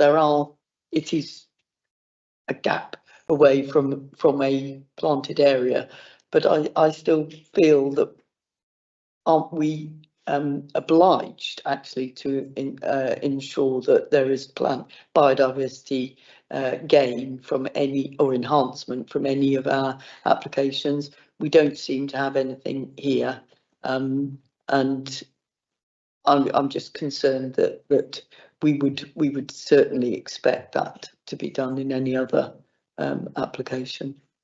Thank you. Can you clarify about the biodiversity obligation to enhance from every application?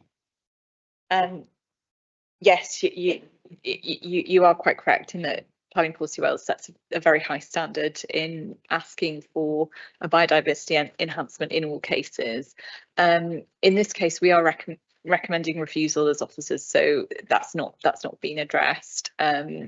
If members were minded to approve the application, I think that would be perhaps a question for the applicant as to whether they would be content with some form of condition that required a biodiversity enhancement, perhaps along the line of that permitted with temporary permission, which included planters.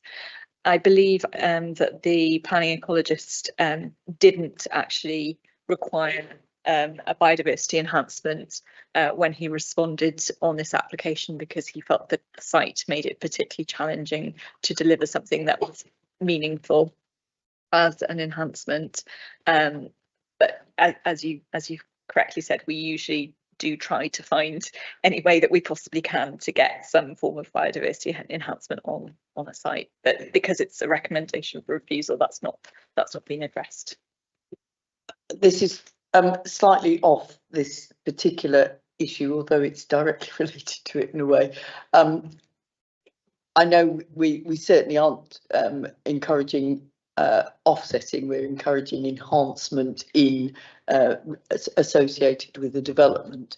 But would it be feasible if the ecologist says, actually this is quite a tough ask in this patch, or particularly for something that's mobile, I suspect, which is where there's an issue, but would it then be possible to say some contribution to biodiversity as close as possible? So there is a sensory garden in there is that planted that bed just behind. I'm not asking you to comment on this particular, but is that a possibility generally?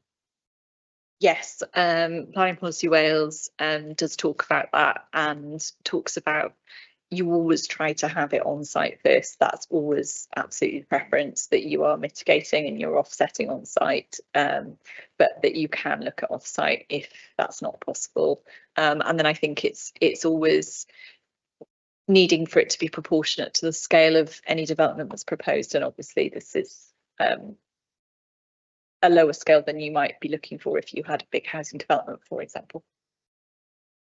Jem, I might just suggest that would be another good topic for part of a workshop one day to really investigate the possibilities and range of options we've got for biodiversity enhancement. Thank you.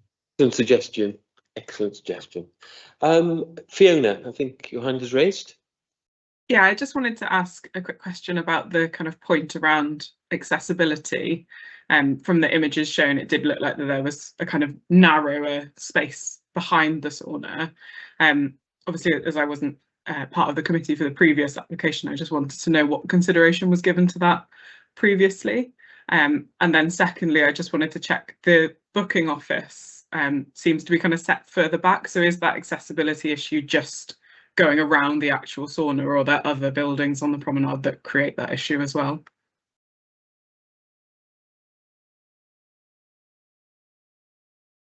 I'm going to try and find some photographs. Yeah, it's just in relation to the sauna that concern is raised. And if I go back, hopefully, yes, you can see that this is the booking office is set back. So the concern is not raised in relation to that point.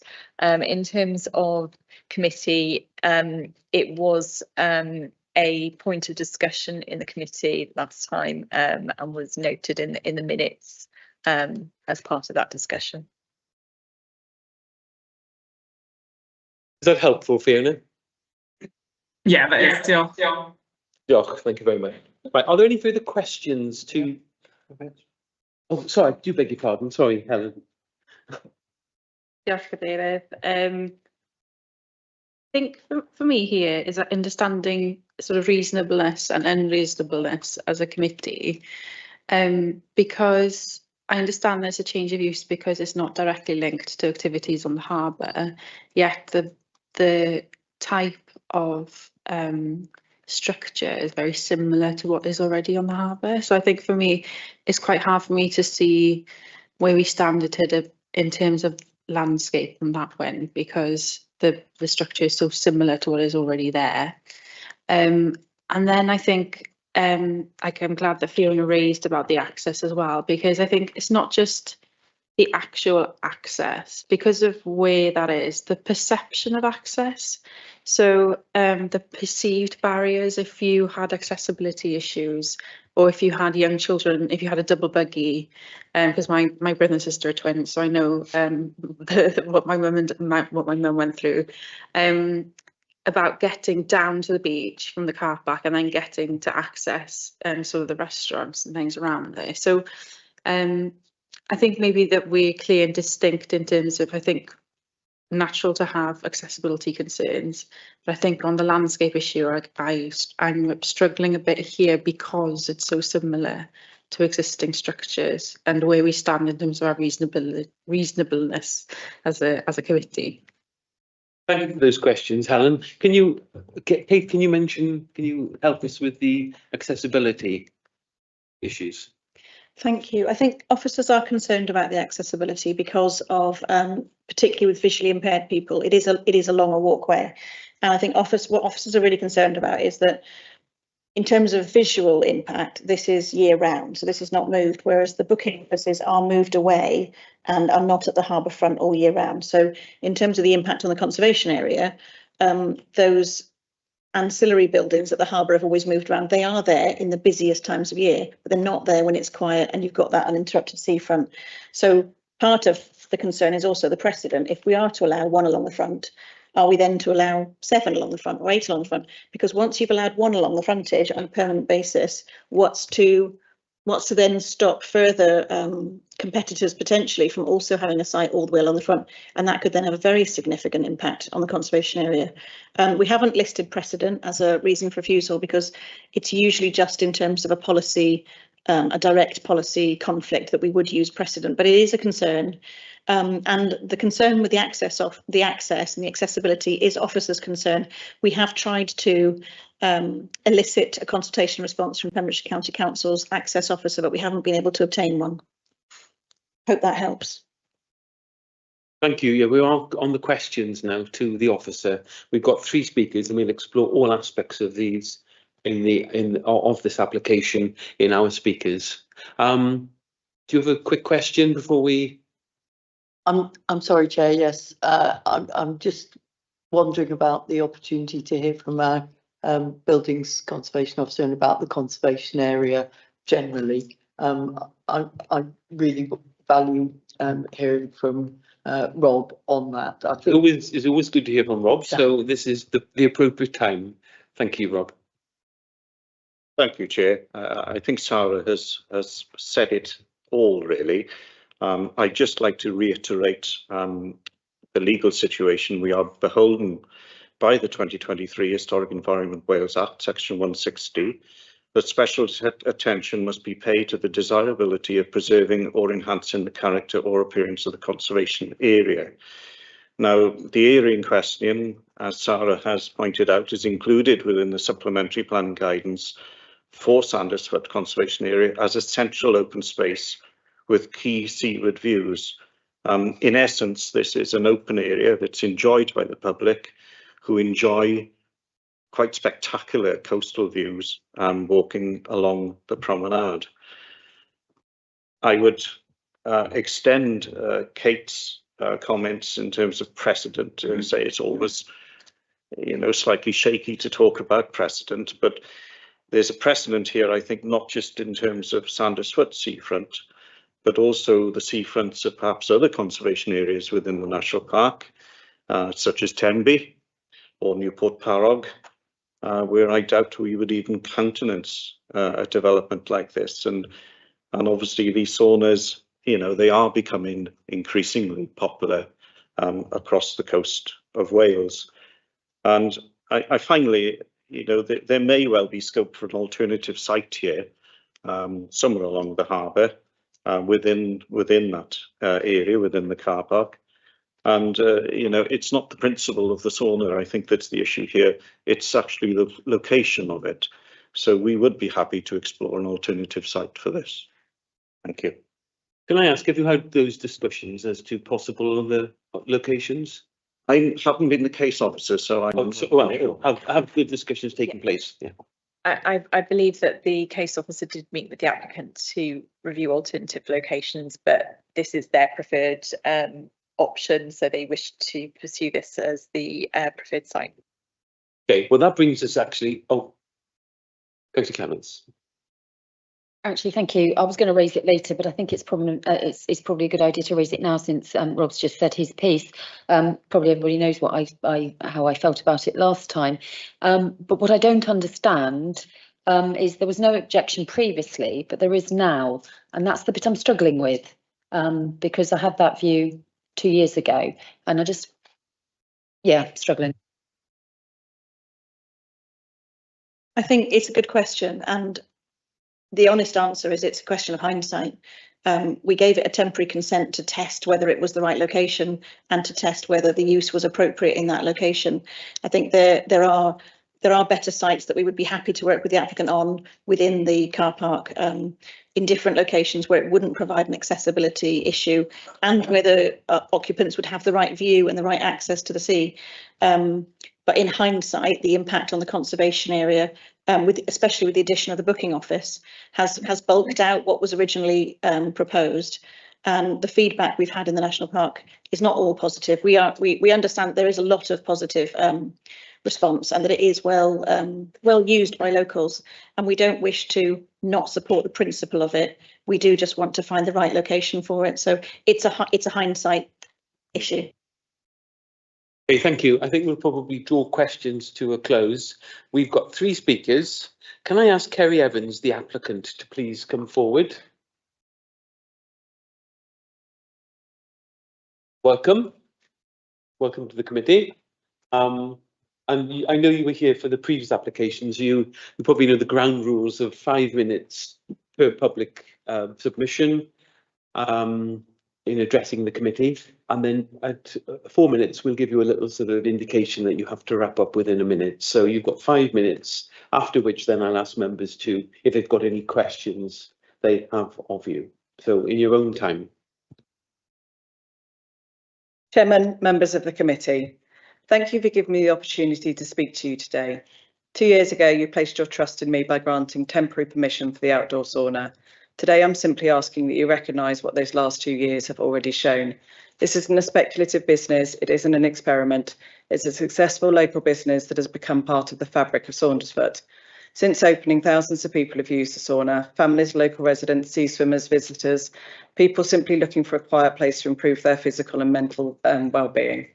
More than 5,000 individual bookings, equivalent to around 8,000 people using the sauna, demonstrate this is something that's genuinely valued. But numbers is only part of the story. What I'm most proud of is the community that's grown around it. We've donated vouchers to local communities, local charities, fundraising events, supported community events, worked alongside Saundersfoot Harbour and local organisations, and helped raise money for good causes throughout Pembrokeshire. The success of Hoyle isn't simply because it's a sauna in Saundersfoot, it's because every element of the experience has been carefully thought through. The current position is fundamental to that success. Positioning the sauna against the railings ensures privacy and dignity and the safety of our customers, some of whom are as young as 12, while also allowing uninterrupted views across the bay. Being located beside the slipway and newly installed freshwater shower, which was part funded by the Welsh Government via a business application made by the sauna, means people can move seamlessly between the sea, the shower and the sauna, creating an experience that feels completely natural and effortless. Inside, the sauna has been designed with an integrated changing area so that people can change comfortably and privately before stepping into the beautifully crafted sauna with a picture window overlooking the beach and sea. For many first-time customers, that moment when they sit down, look through the window and watch the waves roll in is genuinely unforgettable. It's a reaction I see time and time again. It's why so many people return. It isn't just because it's a sauna, it's because it's an experience they simply can't recreate anywhere else. It's a combination of thoughtful design, that carefully chosen location, and incredible natural setting that has made Hoyle such a success. The support that we've received from local people has been overwhelming. Many of those people have written to you. Many have spoken publicly about what the sauna means to them. Businesses have supported the petition. I would like to take this opportunity to thank all the people who come here to support me today.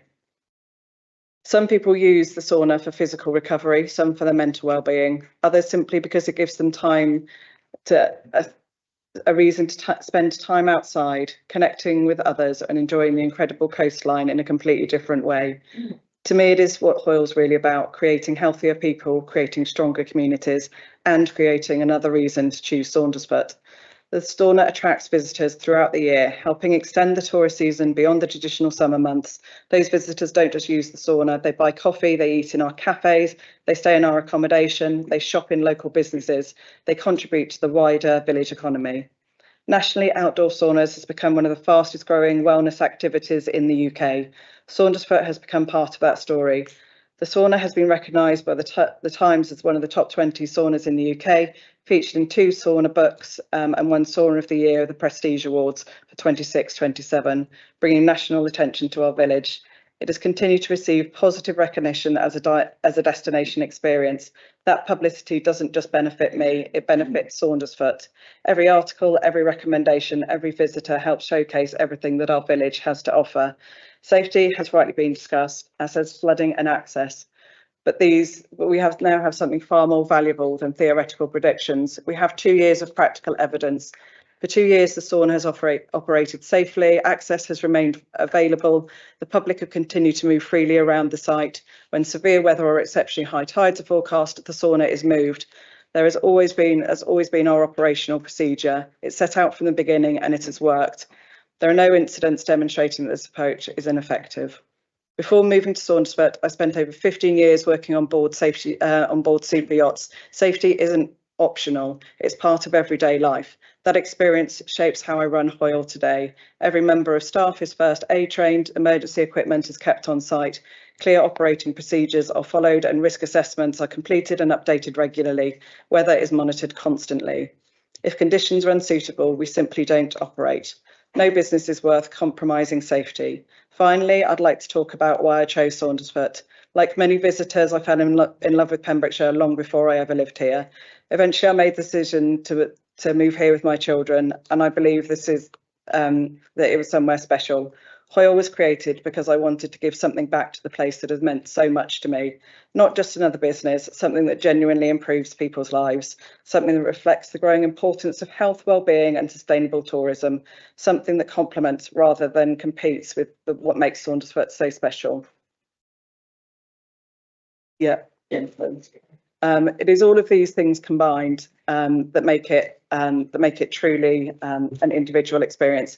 And I respectfully ask that you look beyond the plans and the drawings and the reports that you see today, and instead look at what the last 2 years have demonstrated. Hoyle has become a valued part of Saundersfoot community, an attraction that brings people to the village throughout the year, supports local businesses, promotes health and well-being, and operates safely and responsible throughout this temporary mission. I hope you will continue us to do for many years to come. Thank you very much indeed for. Sorry about the speed talking. No, that's fine. That's fine. That's fine. I'll ask members now if they've got any questions for you, Ms. Evans. Just one from me, following on from the question I had for the officers. Nobody doubts the huge health benefits, well-being benefits, economic benefits of having the sauna in Saundersfoot. That's not an issue. You can feel that the main concern is the location. Yeah. Are there any other locations in the harbour in Saundersfoot that could work and still be a success? Unfortunately, no. I have had extensive conversations with the harbour around any other potential locations. The side that's often mentioned is over on the other end of the harbour. That is considered by the harbour to be a working harbour. There are large cockle lorries that come and pick up the fishing boats. There are jeeps that operate around that area as well, collecting fishing equipment and bits and pieces along there. We do need the privacy of having the sauna up against the railings. As I mentioned, we have families with children as young as 12 sitting in the sauna. If you have that break between the railings and the walkway in front of it, I have no control over who's standing outside that sauna staring in to people while they're enjoying the sauna. So for me, it would become a safety concern. I certainly wouldn't feel comfortable sitting in my swimwear at eye level with people standing outside fully clothed, eating ice cream, staring in at me as if I was part of the attractions of the sauna. So sorry, of the setting. So yeah. Okay. Any further questions? Councillor Di Clements, and then I've got a few online.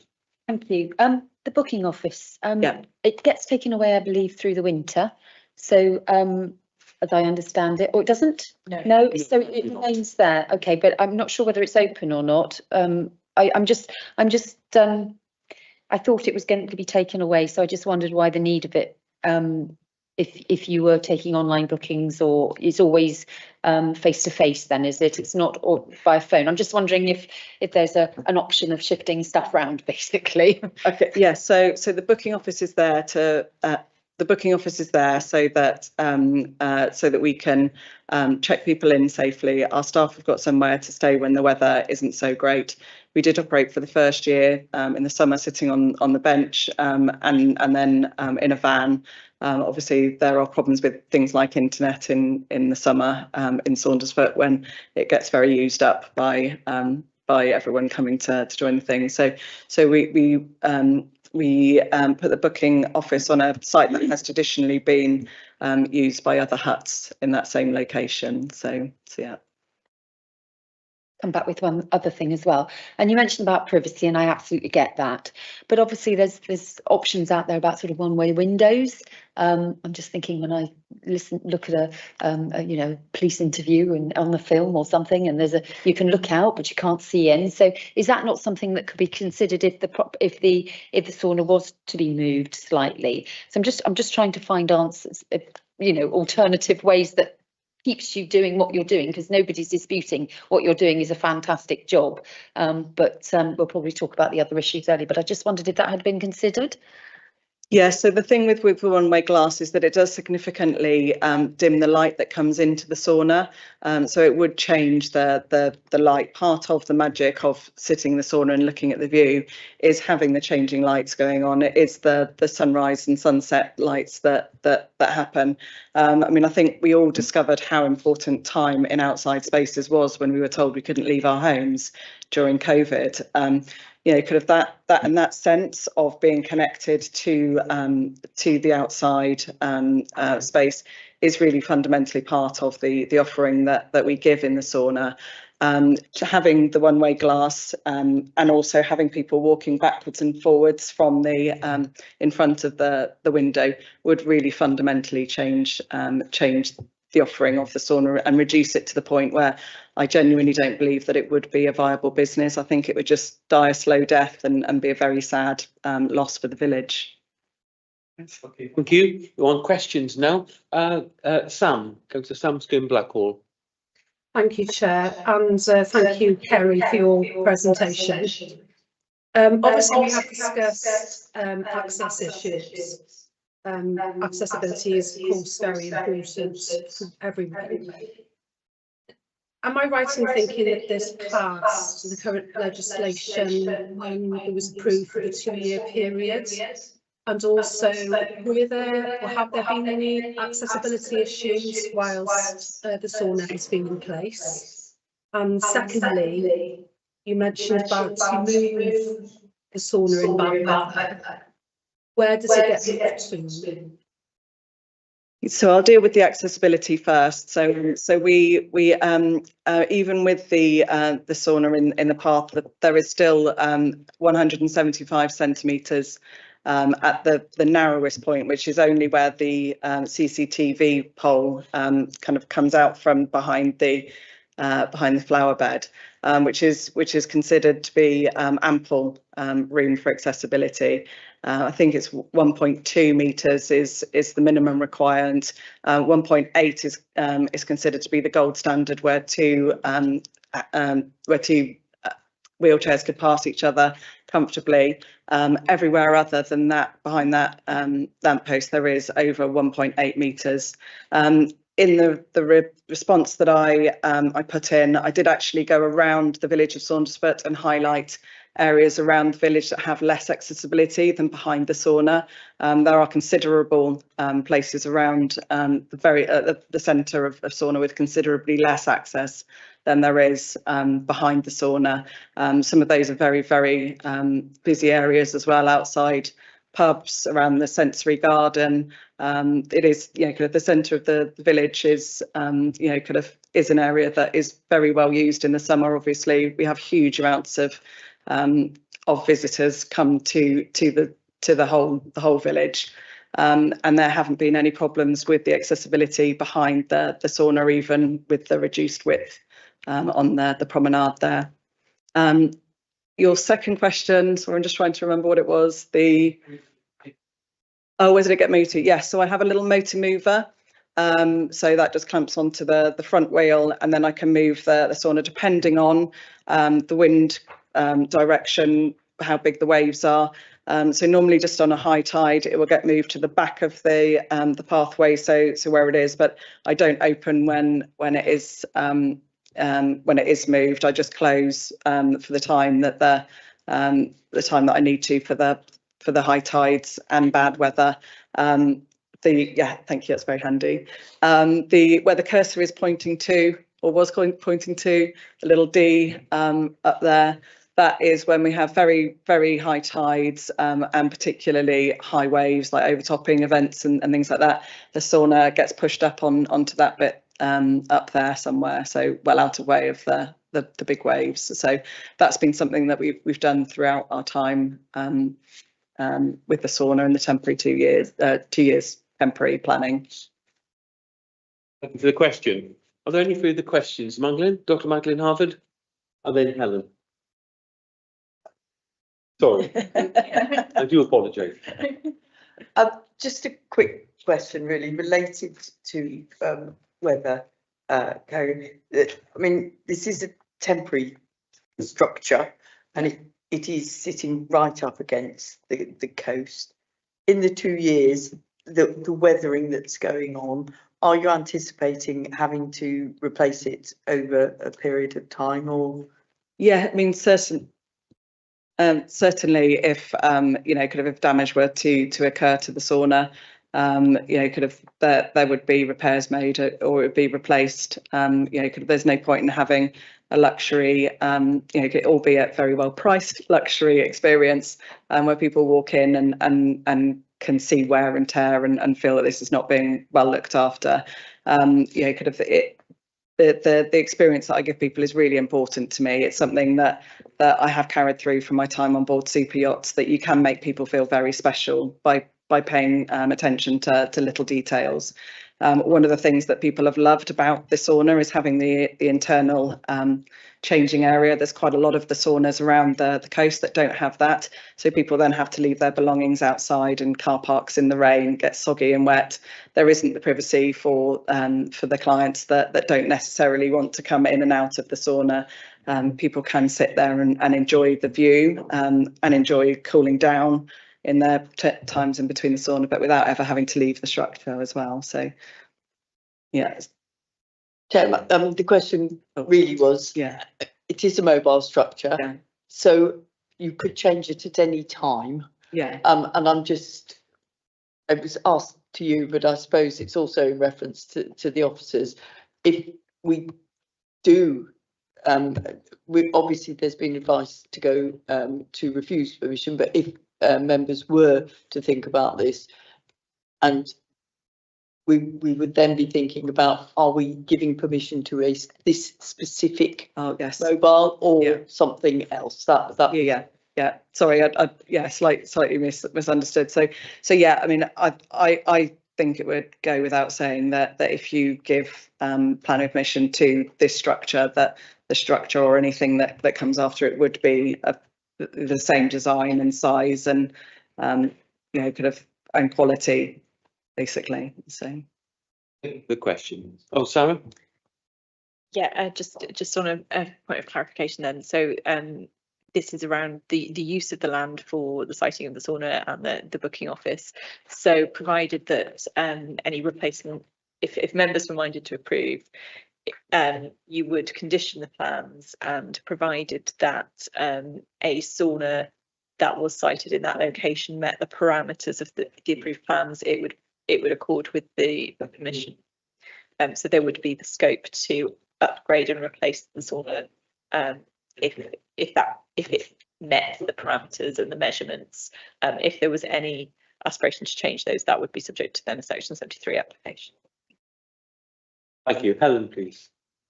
Diolch. Thank you. Diolch, Carrie. It's lovely to hear how your business is established, and to congratulate you for making the most of the opportunity that you saw there in Saundersfoot. So my question is coming more from, with development like this, and whenever there's like redevelopment or development or investment in a place, development hinges upon the costs of the public sector and the private sector. So when it comes to it being on the public right of way, that promenade, the investment has come there for public benefit. And I think what we have to do here as a committee is to like balance that the private gain you're getting as an entrepreneur with the public investment we've made in the site for the whole of the community and all of the business community in Saundersfoot. So one of the questions I got is, so quite often when there's big development, the private enterprise has to do some sort of investment themselves. So would you be ready, if you want to have that particular site, would you be ready to invest in widening the promenade as a compensatory measure? Because that's the issue we have.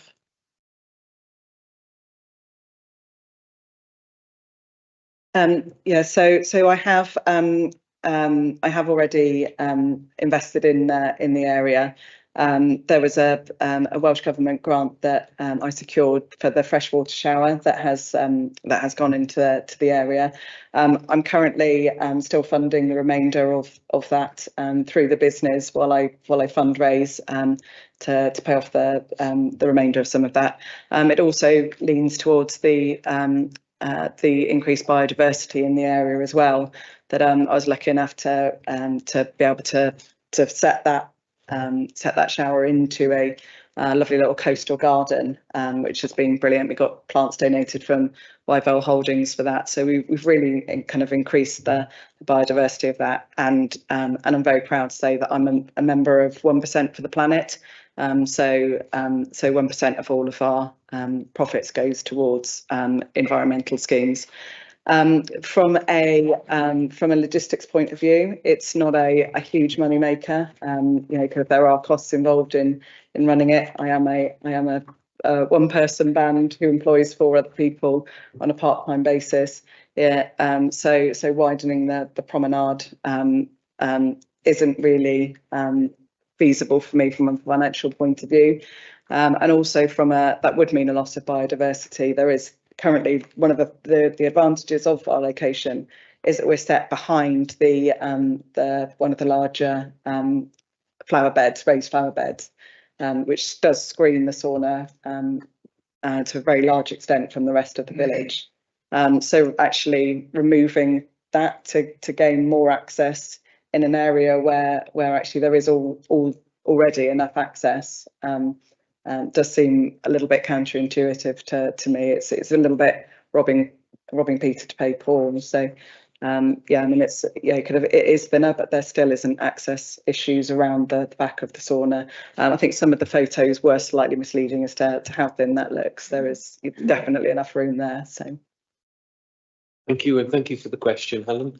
I think we'll probably stop there, and thank you so much for your submission to the committee and for answering the questions. So if you'd like to take your seat, I'm going to call the next speaker, and that's Mr. Phil Baker. Let's come forward, Mr. Baker, and styled as a supporter rather than speaking for any organisation. Absolutely. Is that correct? Yes, indeed. And as you're well aware, having been associated, we've seen the DM committee in action many times. You're aware that you have 5 minutes, and then we'll invite questions. There may be questions for you arising from the comments. Your microphone is on and you're poised to go. And my speech notes have just got very, very wet, so it's apologies. Right, Bore da, good morning, Chair, members and officers. It's been a while since I've had the opportunity to sit at this seat. I am pleased to be able to speak on behalf of the many supporters of the planning application for the Pwyllgor sauna Saundersfoot. Initially, I thought my presentation would be straightforward, as absolutely nothing has changed since the original temporary planning was granted. But the more I thought about it, I realised that there has been a significant change. The Hoyle sauna is part of is in place as part of the Swansford Harbour redevelopment. Last week, the Swansford Harbour and Pembrokeshire Coast National Park Authority were successful in winning an RTPI Cymru Award for Swansford Harbour Regeneration Project. The RTPI Cymru Awards for Planning Excellence 2026 Phase 2 of the Swansford Harbour Redevelopment Project was named Best Project in Wales. The award recognises the role of planning in supporting the transformation of Swansford Harbour into a resilient, year-round destination. New commercial community and visitor facilities are helping to support local businesses, improve public access, expand events and drive wider regeneration. The project was praised by judges as an exemplar for coastal economic resilience in smaller settlements and a very good example of planning enabling place-based regeneration. The judges highlighted that the project's clear economic and community benefits included investment, job creation, new local business space, major events, year-round activity, improved public access, and the use of brownfield and heritage assets. They also recognised that the role of planners in addressing design changes, conservation area issues, flood risk, accessibility, and the coordination of several linked schemes within a working harbour. This award is a real testament to the value of good planning and helping places adapt, thrive, and deliver lasting benefits for their communities. Swansford Harbour is a hugely important location, both locally and strategically, and this project shows how careful planning can support regeneration while respecting the character, heritage, and environmental changes of a coastal setting. The final delivered scheme is a result of significant work by the harbour, local businesses, and the community, which together have transformed Swansford's offer. And that's a quote directly from the presentation last week. The RTPI website includes the judges' comments. Phase 2 of the Swansford Harbour redevelopment delivered a £10 million project, transforming a functional harbour into a vibrant year-round destination. By balancing contemporary architectural innovation with sensitive historic restoration, the project has become established as a resilient economic hub and shared community asset that promotes accessibility, sustainability, and local enterprise. And here we are 1 week later, striving to ensure that a small, successful enterprise retains its ability to offer a unique selling point. The opportunity for visitors, residents, sea swimmers, etc. to take a sauna with unrivaled views across the bay. Will a relocation affect the business? Yes, very probably. Picking up on a couple of the items raised in the officer's report, the current location was carefully chosen on approaching the sauna from the south along the promenade, and I think one of the photographs pointed it out. The nearest building, I'm sorry, from the south along the promenade, the unit has the same building line as the nearest building, only 12 metres away. It assists in screening the rear of the properties along the Strand and helps frame the famous Swansford lonely tree. This is a 4.2 long sauna mounted on wheels. Should anybody be desperate to take in the whole vista of the bay from that exact location, they would have to move 2.1 metres in either direction.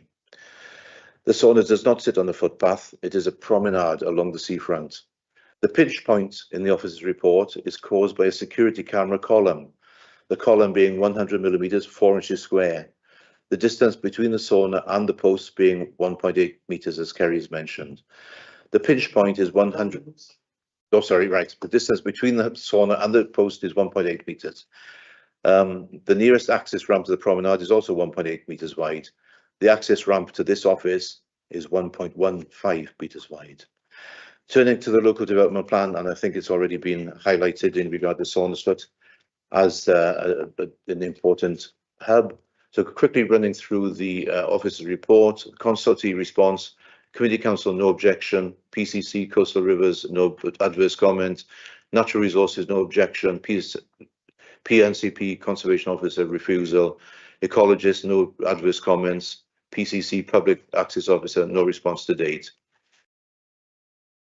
One of the letters included a petition, which has already been mentioned, 558 names, which I do not recall ever being seen at this authority before. Yeah, I've certainly done. So, yes, Hoyle Sauna has quickly established itself as a key supporter of charities and good causes, regularly supporting raffles and fundraising. Any threat to its viability and unique offering would have an adverse impact.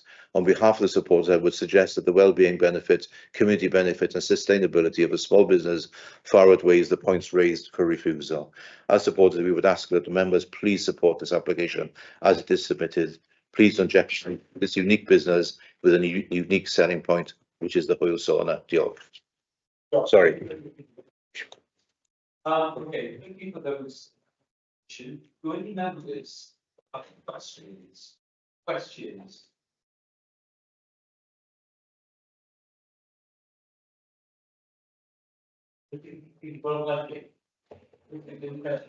Never happened in the past, that's Chair. Thank you. Thank you. Excellent. Chris Williams, who's the 11th member for Silver's First, and well, council is well aware that he has a maximum of 5 minutes to make his presentation, after which I invite you to ask him any questions you have. So, Councillor Chris Williams, please. Good afternoon, Chair, members and guests. Thank you for giving me the opportunity to speak today. I am here not as a member of this committee, but as the County Councillor for Saundersfoot South, representing the views of many residents, businesses and community organisations across our village. Those views are reflected in the significant level of public support this application has received. A total of 558 individuals signed a petition in support of retaining the sauna, demonstrating that it has become a valued addition to our community and enjoys the backing of many of the people I have the privilege to represent. I sat on the original planning committee in 2024 when the authority granted a temporary 2-year consent for the change of use of land to accommodate a mobile sauna. At that time, 3 potential locations were identified to allow flexibility should high tides, storms or severe weather require the sauna to be relocated. Temporary consent was granted on that basis. I would like to address one of the reasons for refusal contained within the officer's report. Under section 5.3, one of the key concerns relates to the flood consequences assessment. The report states that insufficient information has been provided to demonstrate that the risks and consequences of flooding are manageable and that the proposal satisfies the requirements of Technical Advice Note 15 on the development, flooding and coastal erosion. I fully appreciate the importance of ensuring public safety and managing flood risk. However, I would also ask members to consider the evidence of the past 2 years. The sauna successfully operated from its current location throughout that period. It is not needed to relocate to any of the alternative approved locations because of flooding or storm events. The operators clearly understand the sensitivity of the site and have demonstrated responsible management throughout. During periods of extreme weather, the sauna has been removed from the site when necessary, and this has been done successfully without issue. That practical operational history should, in my view, be given significant weight when assessing whether the risks are capable of being properly managed. I would also like to speak about accessibility. When this application first came before committee in 2024, I was one of the members who raised concerns regarding pedestrian access. I know this promenade extremely well and understand just how busy it becomes during peak periods. Access for wheelchair users, mobility scooters, families with pushchairs and pedestrians has always been something I've taken very seriously. Over the last 6 years, significant investment has been made to improve accessibility throughout Saundersfoot. The harbour redevelopment, resurfaced promenade, improved crossing points and active travel links have all contributed to making the village safer and more accessible for everyone.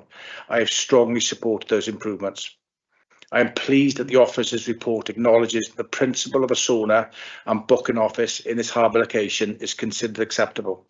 Importantly, during the past 2 years, I have not received a single complaint from residents or local businesses regarding obstruction or accessibility caused by the sauna. Before it was first installed, I did receive an email raising concerns, which I took seriously. However, since the sauna has been operating, those concerns have simply not materialised. As members will appreciate, I receive calls and correspondence every day in my role as a county councillor. If access problems were regularly occurring, I am confident I would have heard about them. Turning to the visual impact, I actually believe the current location works well.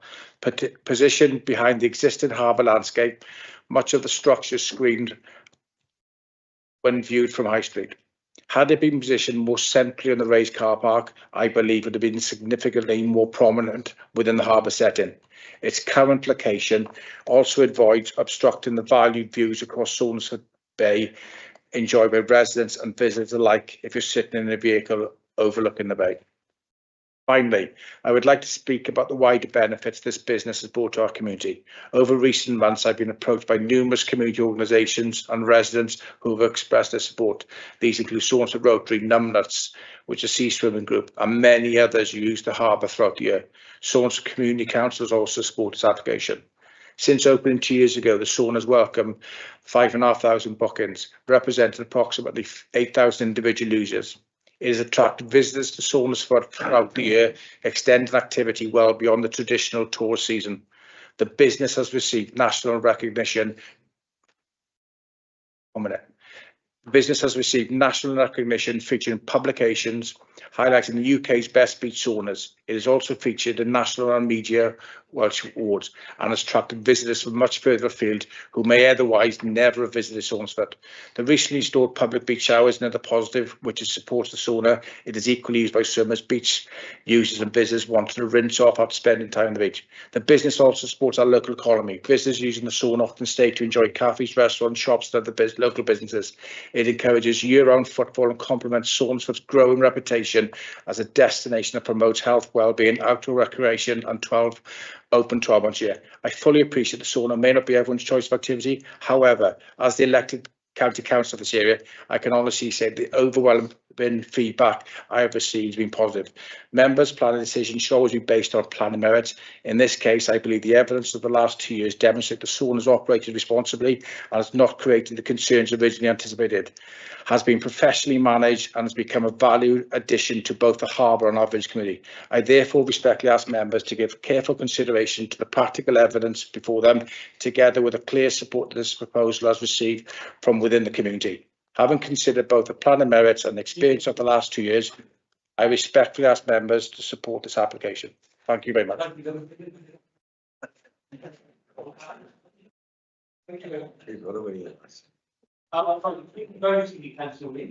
there any questions? We move into the debate. No questions. Thank you very much indeed. Thank you. You resume your seats. We have 3 speakers and a lot of presentation. So we will move into the debate. No cheapers.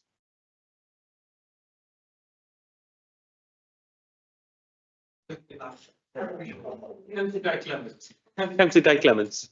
This is really, really hard, really hard.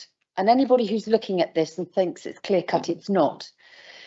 And 2 years ago, when it was brought to this committee, I raised quite a few issues about accessibility, the position of it.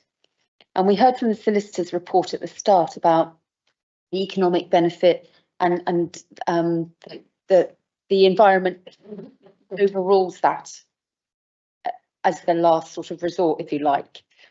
And this is the bit I'm struggling because I know how brilliant a business you run and the benefit, the economic, community, health, everything. And you've done a fantastic job. But my reservations still remain from 2 years ago. And I sat down there 2 weeks ago and it was hot, last week actually, and had fish and chips. And I sat just that you showed the picture of the bench, and the booking office I think was open, and I watch. I'm a great people watcher, and I was watching people walk, and it's often granny, grandpa, the family, and pushchairs and children on little scooter things and everything, and you sit there and you watch people. They're all together along the promenade, and then they go to get through that. But also what really struck me was when I was sat there and I looked left, my view was affected, and it's about that openness for the beach. as you go there, you don't want disruption. I mean, I don't particularly like the coffee horse box there either, and the donut thing particularly, but that's my personal taste, issue.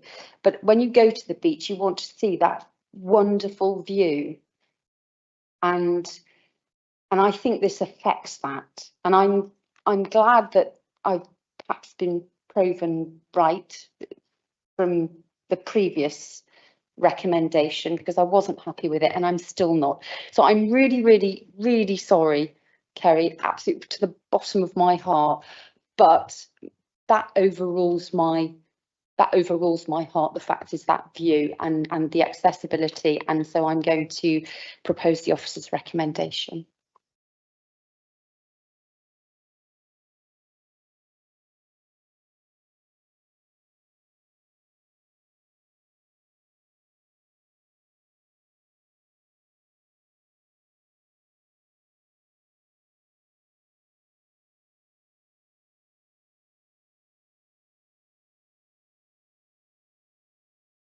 Beg your pardon.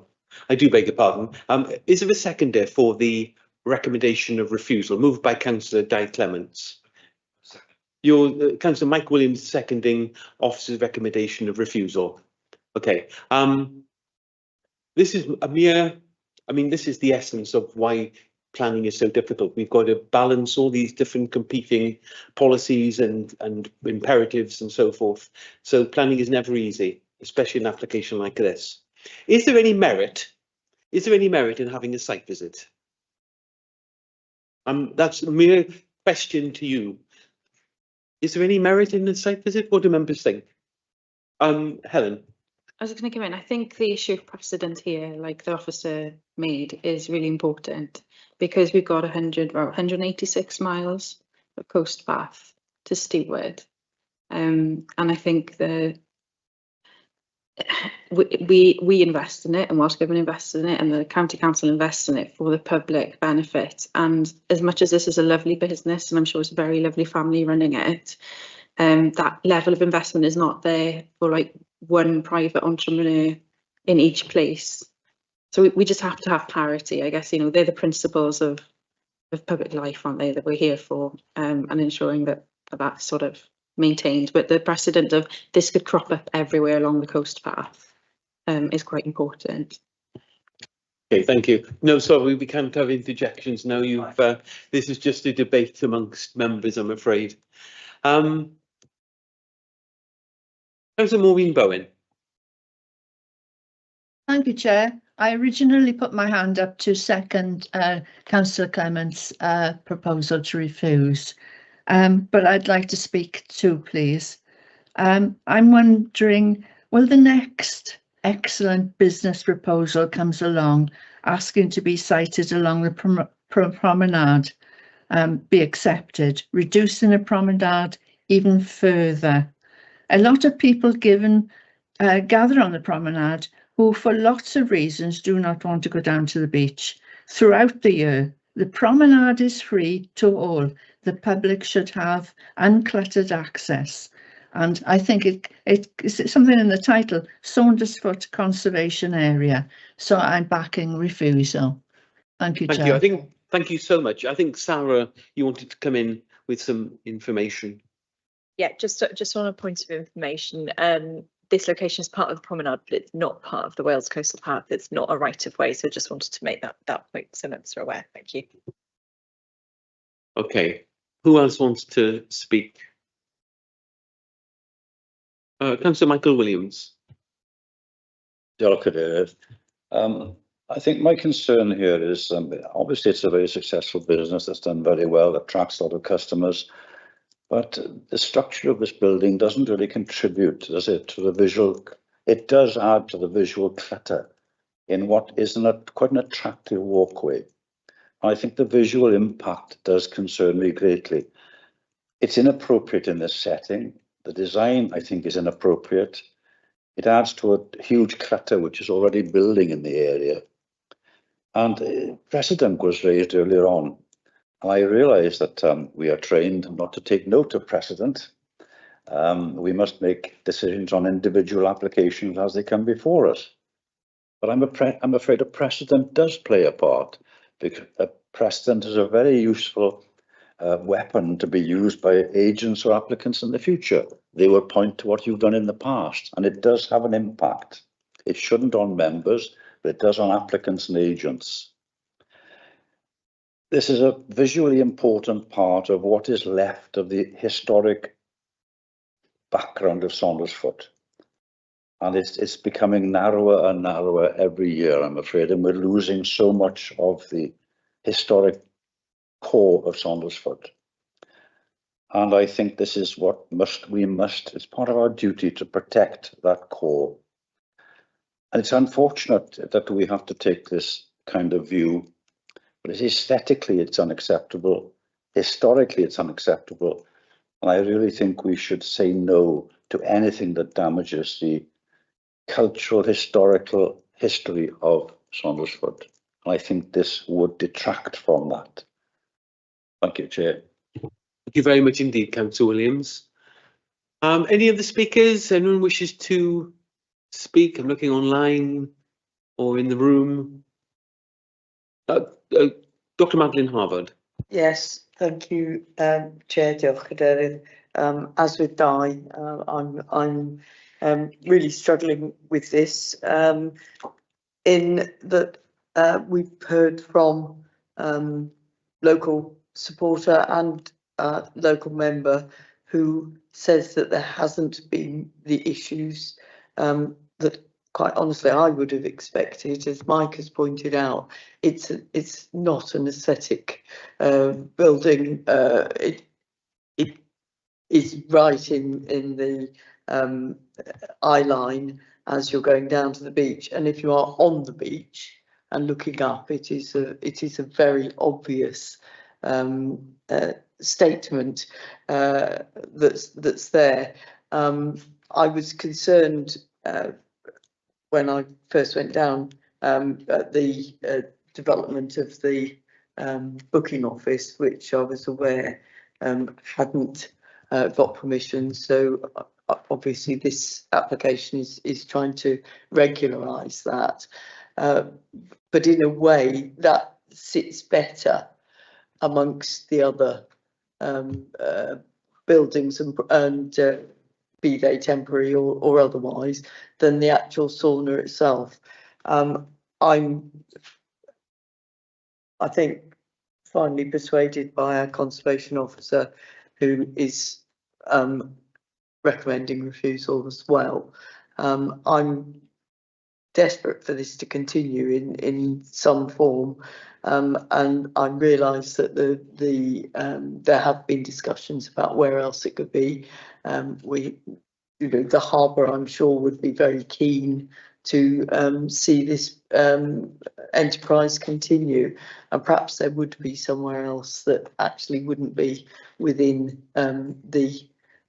effectively a more dangerous part of a working harbour. But I'm finding this one very, very difficult, but not very happy with that we've had an effective response to the 3 areas of concern from our officers. That's right. I mean, everybody wants this business to continue. It's a thriving business, providing employment and enormous social, health and economic benefits. So, Councillor Bowen, is that a legacy hand? Oh, I beg your pardon. Councillor Mike James. Sorry, Councillor Mike James. Diolch yn fawr, Cadeirydd. Cwestiwn sydd gyda fi, please, os byddwn ni'n siarad Cymraeg a bydde y cynulleidfa yn gallu clywed fi, bydden nhw'n deall lle. Gallwn ni gael ateb am hwnna, please, neu byddai'n siarad y Saesneg?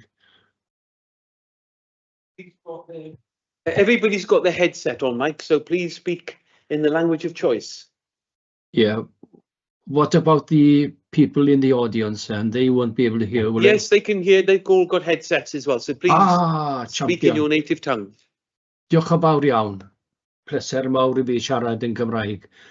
Mae rhaid fi weid dwi'n yn ddwy feddwl a beth sy o flaen ni heddi. Mae rhaid I fi weid, amser ni darllen beth ni wedi gael ar papur, ni goffod darllen 2 neu 3 gwaith I gael, ond dwi'n parchu'r y swyddogion I gyd, Rob Schofield a chobl, parchu nhw'n fawr iawn. Dwi'n deall beth mae pobl eraill wedi gweud bore yma. A dwi'n meddwl, ambell waith, aws eisiau ni I cael y parc genedlaethol iddo mewn i'r 21st century. Dwi'n meddwl na'n gryf iawn, ond yn dweud na, na pam dwi'n ffindio hwn mor galed I ddod I dewis beth dwi'n mynd I wneud. Mae un ochr y meddwl fi yn gweud, rhaid ni cofio beth I ni ma am I cadw'r parc genedlaethol fel ma fe. A wedyn dwi'n meddwl, beth I ni'n mynd I wneud yn y dyfodol? Beth I ni'n mynd I wneud os mae busnesu bach yn dod gyda pethau fan hyn o flaen ni? I ni'n mynd I gwrthod nhw pob tro? Mae'n mor galed I dewis ble dwi moyn mynd â hwn. So, o'n I moyn rhoi hwnna o flaen chi, a byddai'n dewis beth I moyn wneud reit ar y diwedd. So, diolch yn fawr iawn am y cyfle I siarad yn Gymraeg. Diolch yn fawr iawn. Diolch yn fawr. That is, you're absolute right. Absolutely. Thank you, Councillor Mike James. Any further comments? Councillor Claire George. Diolch, David, thank you. And I'm equally challenged by this application. I find the value that the activity brings to the community and to the tourism sector really important.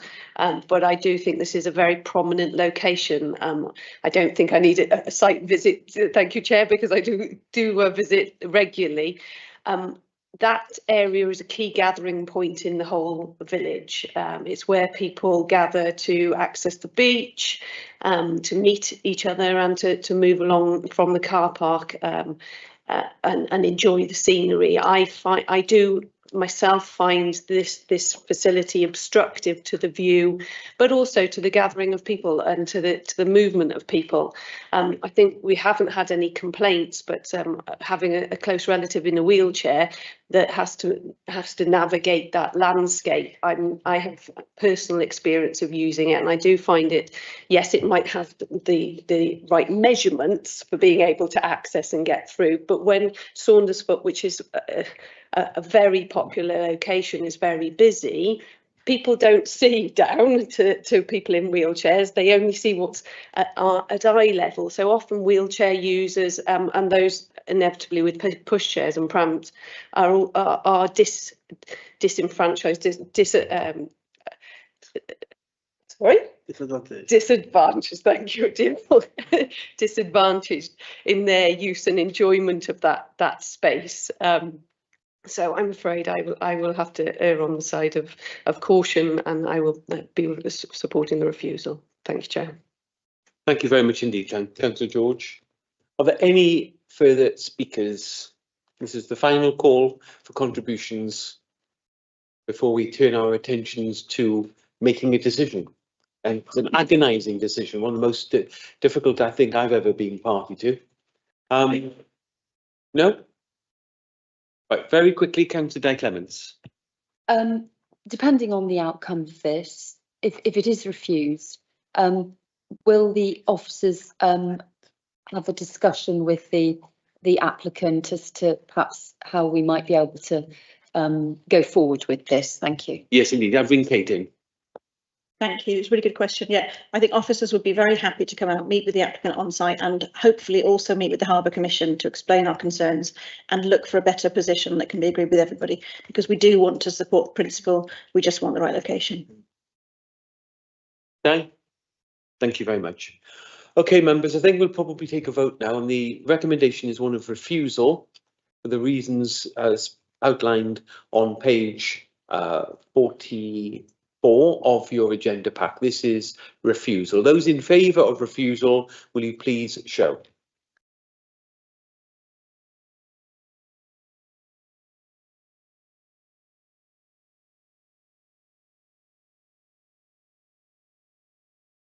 How many, what's the number? 12. 12 for refusal, if you lower your hands. Everyone lower their hands, please. Right, those. Any against? Any abstentions? One abstention. Are there any? Oh, two abstentions. Three abstentions. Okay, thank you very much indeed. Thank you. The application is refused, but obviously the door is open for dialogue and discussion, because we all desperately want this business to continue and add what it is doing to Saundersfoot Harbour, but obviously in a location that reflects the concerns of the national park. Thank you.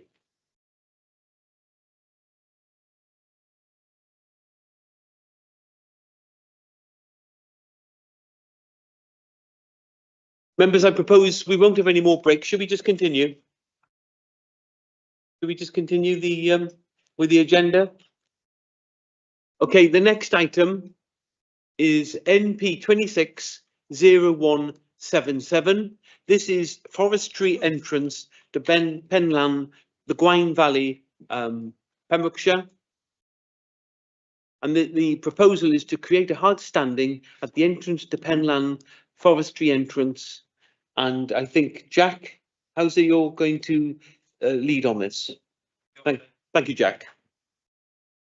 Diolch, Chair. Yes, thank you.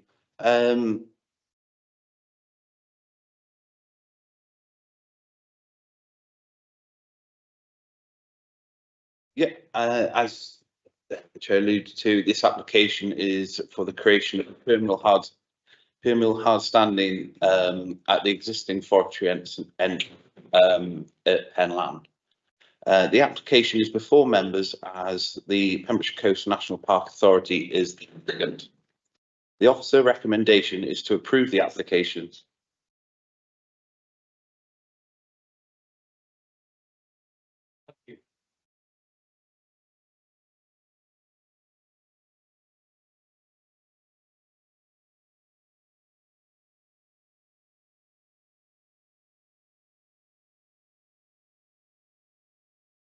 Thank you. Yes, just again, this application is relates to the creation of a permanent hard standing at the existing forestry entrance at Penlan. This application is before members as the Pembrokeshire Coast National Park Authority is the applicant. The officer recommendation is to approve the application subject to conditions as set out in the report on pages 45 to 78. The entrance serves approximately 70 hectares of land managed by the authority for nature conservation purposes. The photo below shows the track in red, which correlates with the location plan to the right. The aerial is dated around 1999 to 2000. So you can see the area predominantly was a plantation historically, which is all now gone. And this aerial in 2000 was the last time you can see the tree coverage. The wider site comprises areas of open moorland now, heath, scrub and regeneration native woodland, and falls within the landscape character area 22 Mynydd Cynigli. A footpath runs immediately adjacent to the application site and lies approximately 200 metres from a triple SI. As shown on the plan, the application site is located inside the existing forestry entrance, with the existing track continuing into the wider site. The proposal is for a permeable hard standing measuring approximately 20 metres by 15, immediately inside the existing entrance.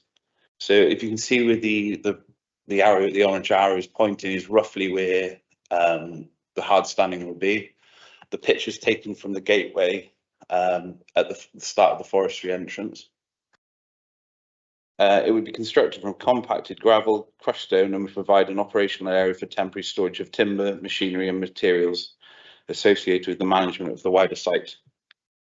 It would also support the movement and manoeuvring of vehicles and livestock involved in the habitat management operations. Natural stone boulders are proposed around parts of the edge of the hard standing. These would help to find the operational area while providing additional habitat opportunities, particularly for reptiles. Surface water would be managed through the permeable construction of the hard standing, allowing water to infiltrate naturally into the underlying ground. So I've just done this aerial here, so it just shows the previous photo is marked as 2 as we're standing. And 1 is just looking into the site. I know it's a bit faint, I'm sorry, for the highlighter, is where the path, the pad will be, the hard standing. The entrance is marked there as number 3 off the main road.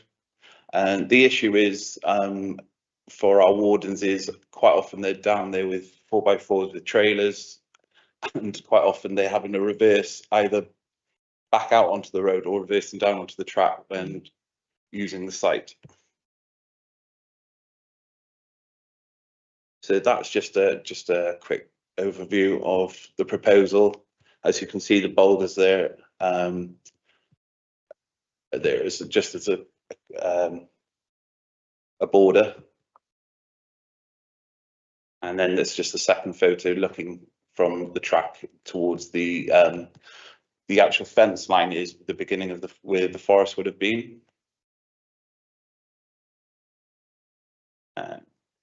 The key planning considerations are the landscape, biodiversity, access, and the public right-of-way and drainage. In terms of landscape, as it shows in the previous photographs, the development would be located immediately adjacent to the existing access and would use low-profile permeable gravel finish, and they were therefore considered to integrate satisfactorily into the rural landscape and would be left to green over, and would support the long-term management objectives of the area. In ecological terms, the application is supported by ecological planning statement and green infrastructure statement. The site is particularly potential to support reptiles, including adders, as well as nesting birds. Appropriate precautionary measures are therefore proposed during the vegetation clearance and construction. Natural Resources Wales and the authorities ecologists raise no objection, subject to the implementation of the ecological mitigation measures. In terms of access, the existing forestry entrance would be retained, and the proposal does not introduce a new access and is not expected to result in a significant increase in vehicle movements. And the purpose of the development is also an important consideration for the planning balance. The proposal does not introduce a new land use. Instead, the hard standing will provide operational infrastructure required to support the long-term management of approximately 70 hectares of conservation land. This includes native woodland regeneration, heathland restoration, grazing management, and wider biodiversity enhancement. Right. The proposal is modest in scale and is located alongside the existing access and incorporates appropriate ecological mitigation and sustainable drainage measurements. No unacceptable impacts has been identified in relation to the landscape character, biodiversity, amenity, highway safety, and the public way, rights of way or drainage. No third-party representations have been received. Accordingly, this application is recommended for approval, subject to the conditions and informatives set out in the report. Diolch. Diolch. Thank you very much indeed, Jack. Are there any questions for Jack in respect of his presentation to committee? No? No questions.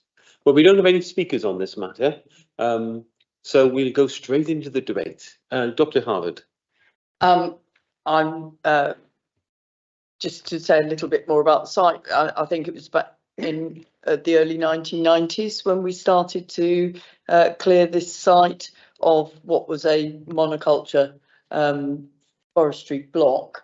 Now it is developing into a really lovely, very diverse and regenerating biodiversity conservation area. I think the work that the authority has done here has been very important for showing how you work with natural, how you go with nature rather than working against it. And I think that the addition of this hard standing will really help the activities of our very hard-working land managers. I'd be very happy to propose that we go with officer approval. Thank you. You're moving the recommendation of approval, which appears on page 58. Thank you. I can see that Councillor Mike James has got his hand raised. Sorry, just after Helen. Are you happy to second? Yeah.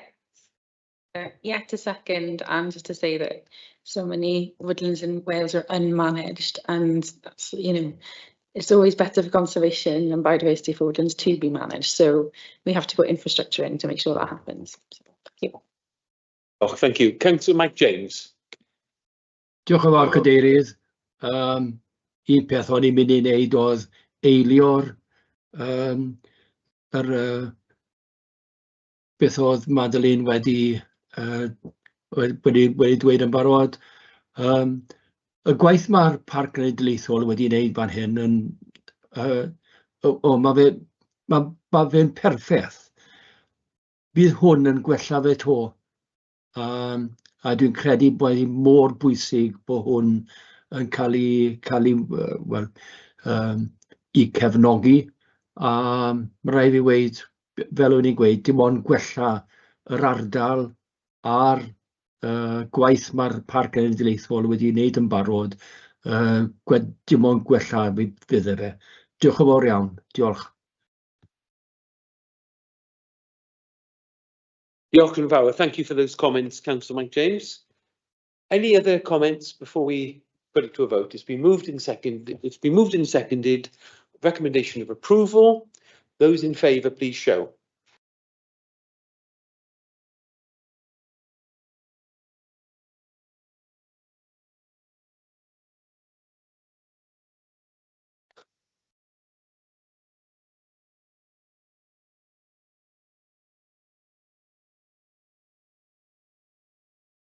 How many of you have it? Is it unanimous? Yeah. Unanimous, thank you. So I won't waste my time asking for votes against or abstentions. Thank you so much. Okay, the next application, NP 260242. We're going to Porthgain, the shed tea room, SA 625BN. This is being considered by us today because the building is owned by the authority. And the proposal is proposed PV panels to the roof over the outside seating area. I believe Rob Skirfield is with us today, and I believe, Rob, you're going to do the presentation. Thank you. Thank you.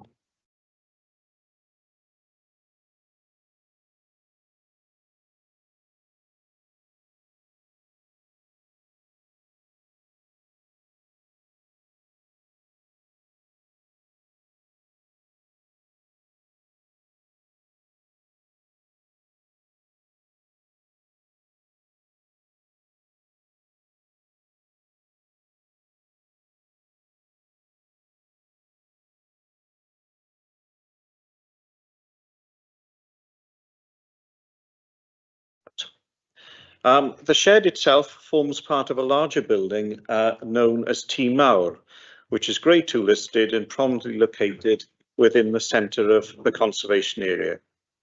It lies close to the harbour complex, which is a scheduled monument, and the building itself was a machinery shed built about 1890, associated with a brickmaking plant and kiln, which once lay adjacent. And we'll look at some slides shortly to make that more apparent. The shed itself has operated as a restaurant since about 2001, occupying the western lean-to section of Tymor facing the harbour. And in 2024, planning permission and listed building consent was granted for a covered lean-to on the southwest on the side elevation on the site of a long demolished structure. So we're looking here at Tymor from behind, and the modern extension on which the solar panels are proposed is that lean-to to the left-hand side. There's a closer view of the modern lean-to, which is an external seating area, dining area, and the shed restaurant itself is the old stone lean-to to the left-hand side. So, just to give a bit of context, there's Pwyllgor at heyday of its industry. You can see Tymor almost submerged by that great big brick Hoffman kiln and the chimney stacks, and Tymor is the only structure left of the brickworks. Okay. And there's a proposal showing the modern lean-to with the solar panels mounted on top of the consented corrugated zinc roof. They're black seamless panels designed to blend in with the black colour of the corrugated. Now, Section 31A of the 1990 Planning Act requires the authority, when considering planning applications, to have special regard to preserving the listed building and its setting. The authority must also pay special attention to preserving or enhancing the character or appearance of the conservation area under Section 160 of the 2023 Historic Environment Wales Act. I think some people might feel that photovoltaic panels and listed buildings aren't natural bedfellows, but PV panels are considered acceptable in national CADU guidance where the impact on special character and setting is deemed acceptable. And the context here is the addition of panels to a modern extension rather than to the prominent historic main roof itself, thus giving some benefit to the operators of the restaurant. In the context of the above, together with relevant LDP policies, the proposal is considered acceptable due to the nature and disposition of the PV panels. No adverse comments have been received. Accordingly, it is recommended that planning permission is granted, subject to the conditions set out within the report. Thank you, Chair. Thank you very much indeed, Rob. Yes, you can see, members, the recommendation of approval appears on page 68 of your agenda pack, and the rationale, the page following. Are there any questions? We're on the questions part of the debate. Are there any questions for Mr. Skirfield arising from his comments and presentation to members? Dr. Harvard and then Councillor Claire George. Diolch, Rob. I don't know whether it's possible to go back to the picture of the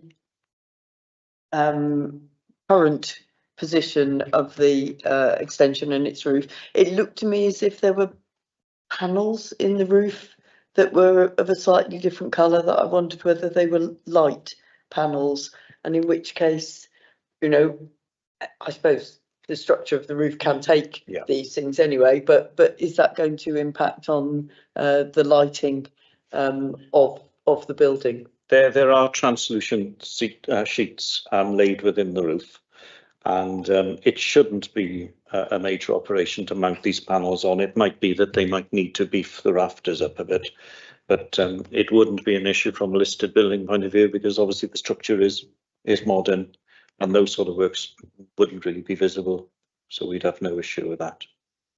Are they then going to need more lighting internally? We're always concerned about lighting. It's always external that's the biggest issue, of course. But it was just a thought as you. Yeah, it's a good question, that, and I'm not altogether sure of the answer to that. I mean, it seems that they've deemed it acceptable for their operation, so I assume that is the case. Yeah. Echoes of Rosie. Thank you. Councillor Claire George. Thank you, Chair. Rob, I was just going to ask around the choice of panels, because sometimes you get panels with kind of metallic outside, and therefore that would. So how did we influence, or what role did we play in what the panels look like? Well, you almost get heritage grade PV panels now, and what are typically used on historic buildings or within historic environment are the frameless black panels, which sit quite neatly. You know, they're quite recessive in colour, and they're usually deemed acceptable if they put on a more modern structure or on a hidden roof slope. Yeah. Thank you for your questions. Are there any other questions to Mr. Scurfield arising from his presentation? No, and we don't have a speaker with this application, so we'll go straight into the debate and the decision. Councillor Clements. It's going to be an easier one for me to mention. I'd like to propose the recommendation, please, Chair. Thank you. You're moving the recommendation of approval, which appears on page 68. And on screen, is that Sarah Hoss? You seconding, Sarah?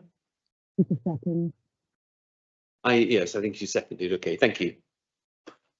Okay, any other speakers or comments? Or should we swiftly proceed to a vote? Okay, those in favour of approval, please indicate.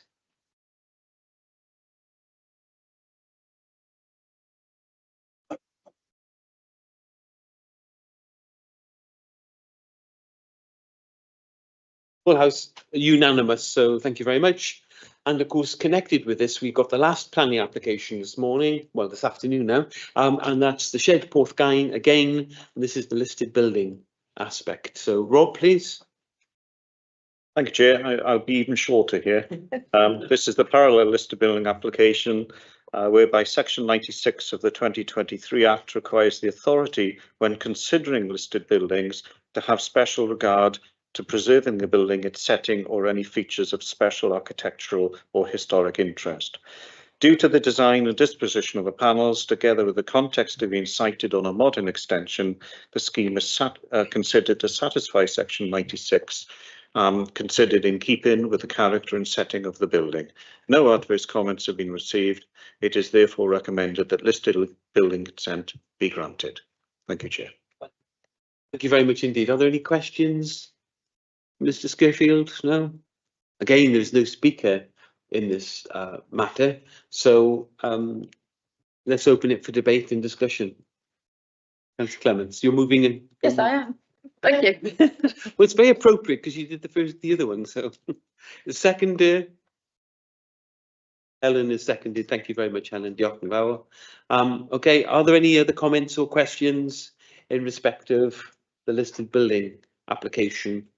You can see that the recommendation of approval appears on page 75.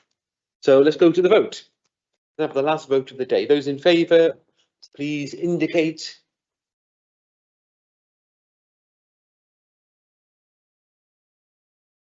Okay. That is unanimous. Thank you very much indeed. That's all the planning applications, members. So we have now got an update on appeals. Anything to report? I'm very sorry to say there is nothing to report. Don't need to apologise. Anything you want to say about appeals? So most of them are still forwarded to PEDU for consideration. Councillor McWilliams. No outcomes. What surprises me. We have got a number of appeals with the planning inspectorate, with PEDU.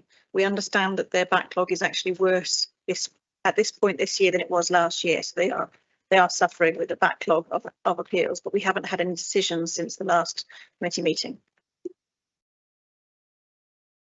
We'll probably have a lot more to report next month. Councillor Clements. Yeah, just on that, are we having more appeals against planning decisions? I think this would be quite helpful, quite interesting to know. Thank you, Chair.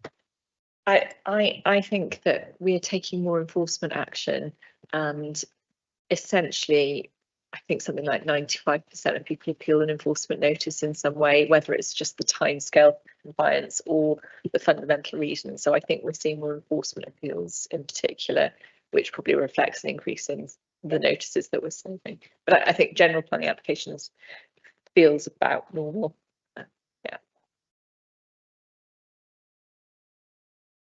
Hey, thank you, members. I think that concludes today's business, and at 23 minutes past 1.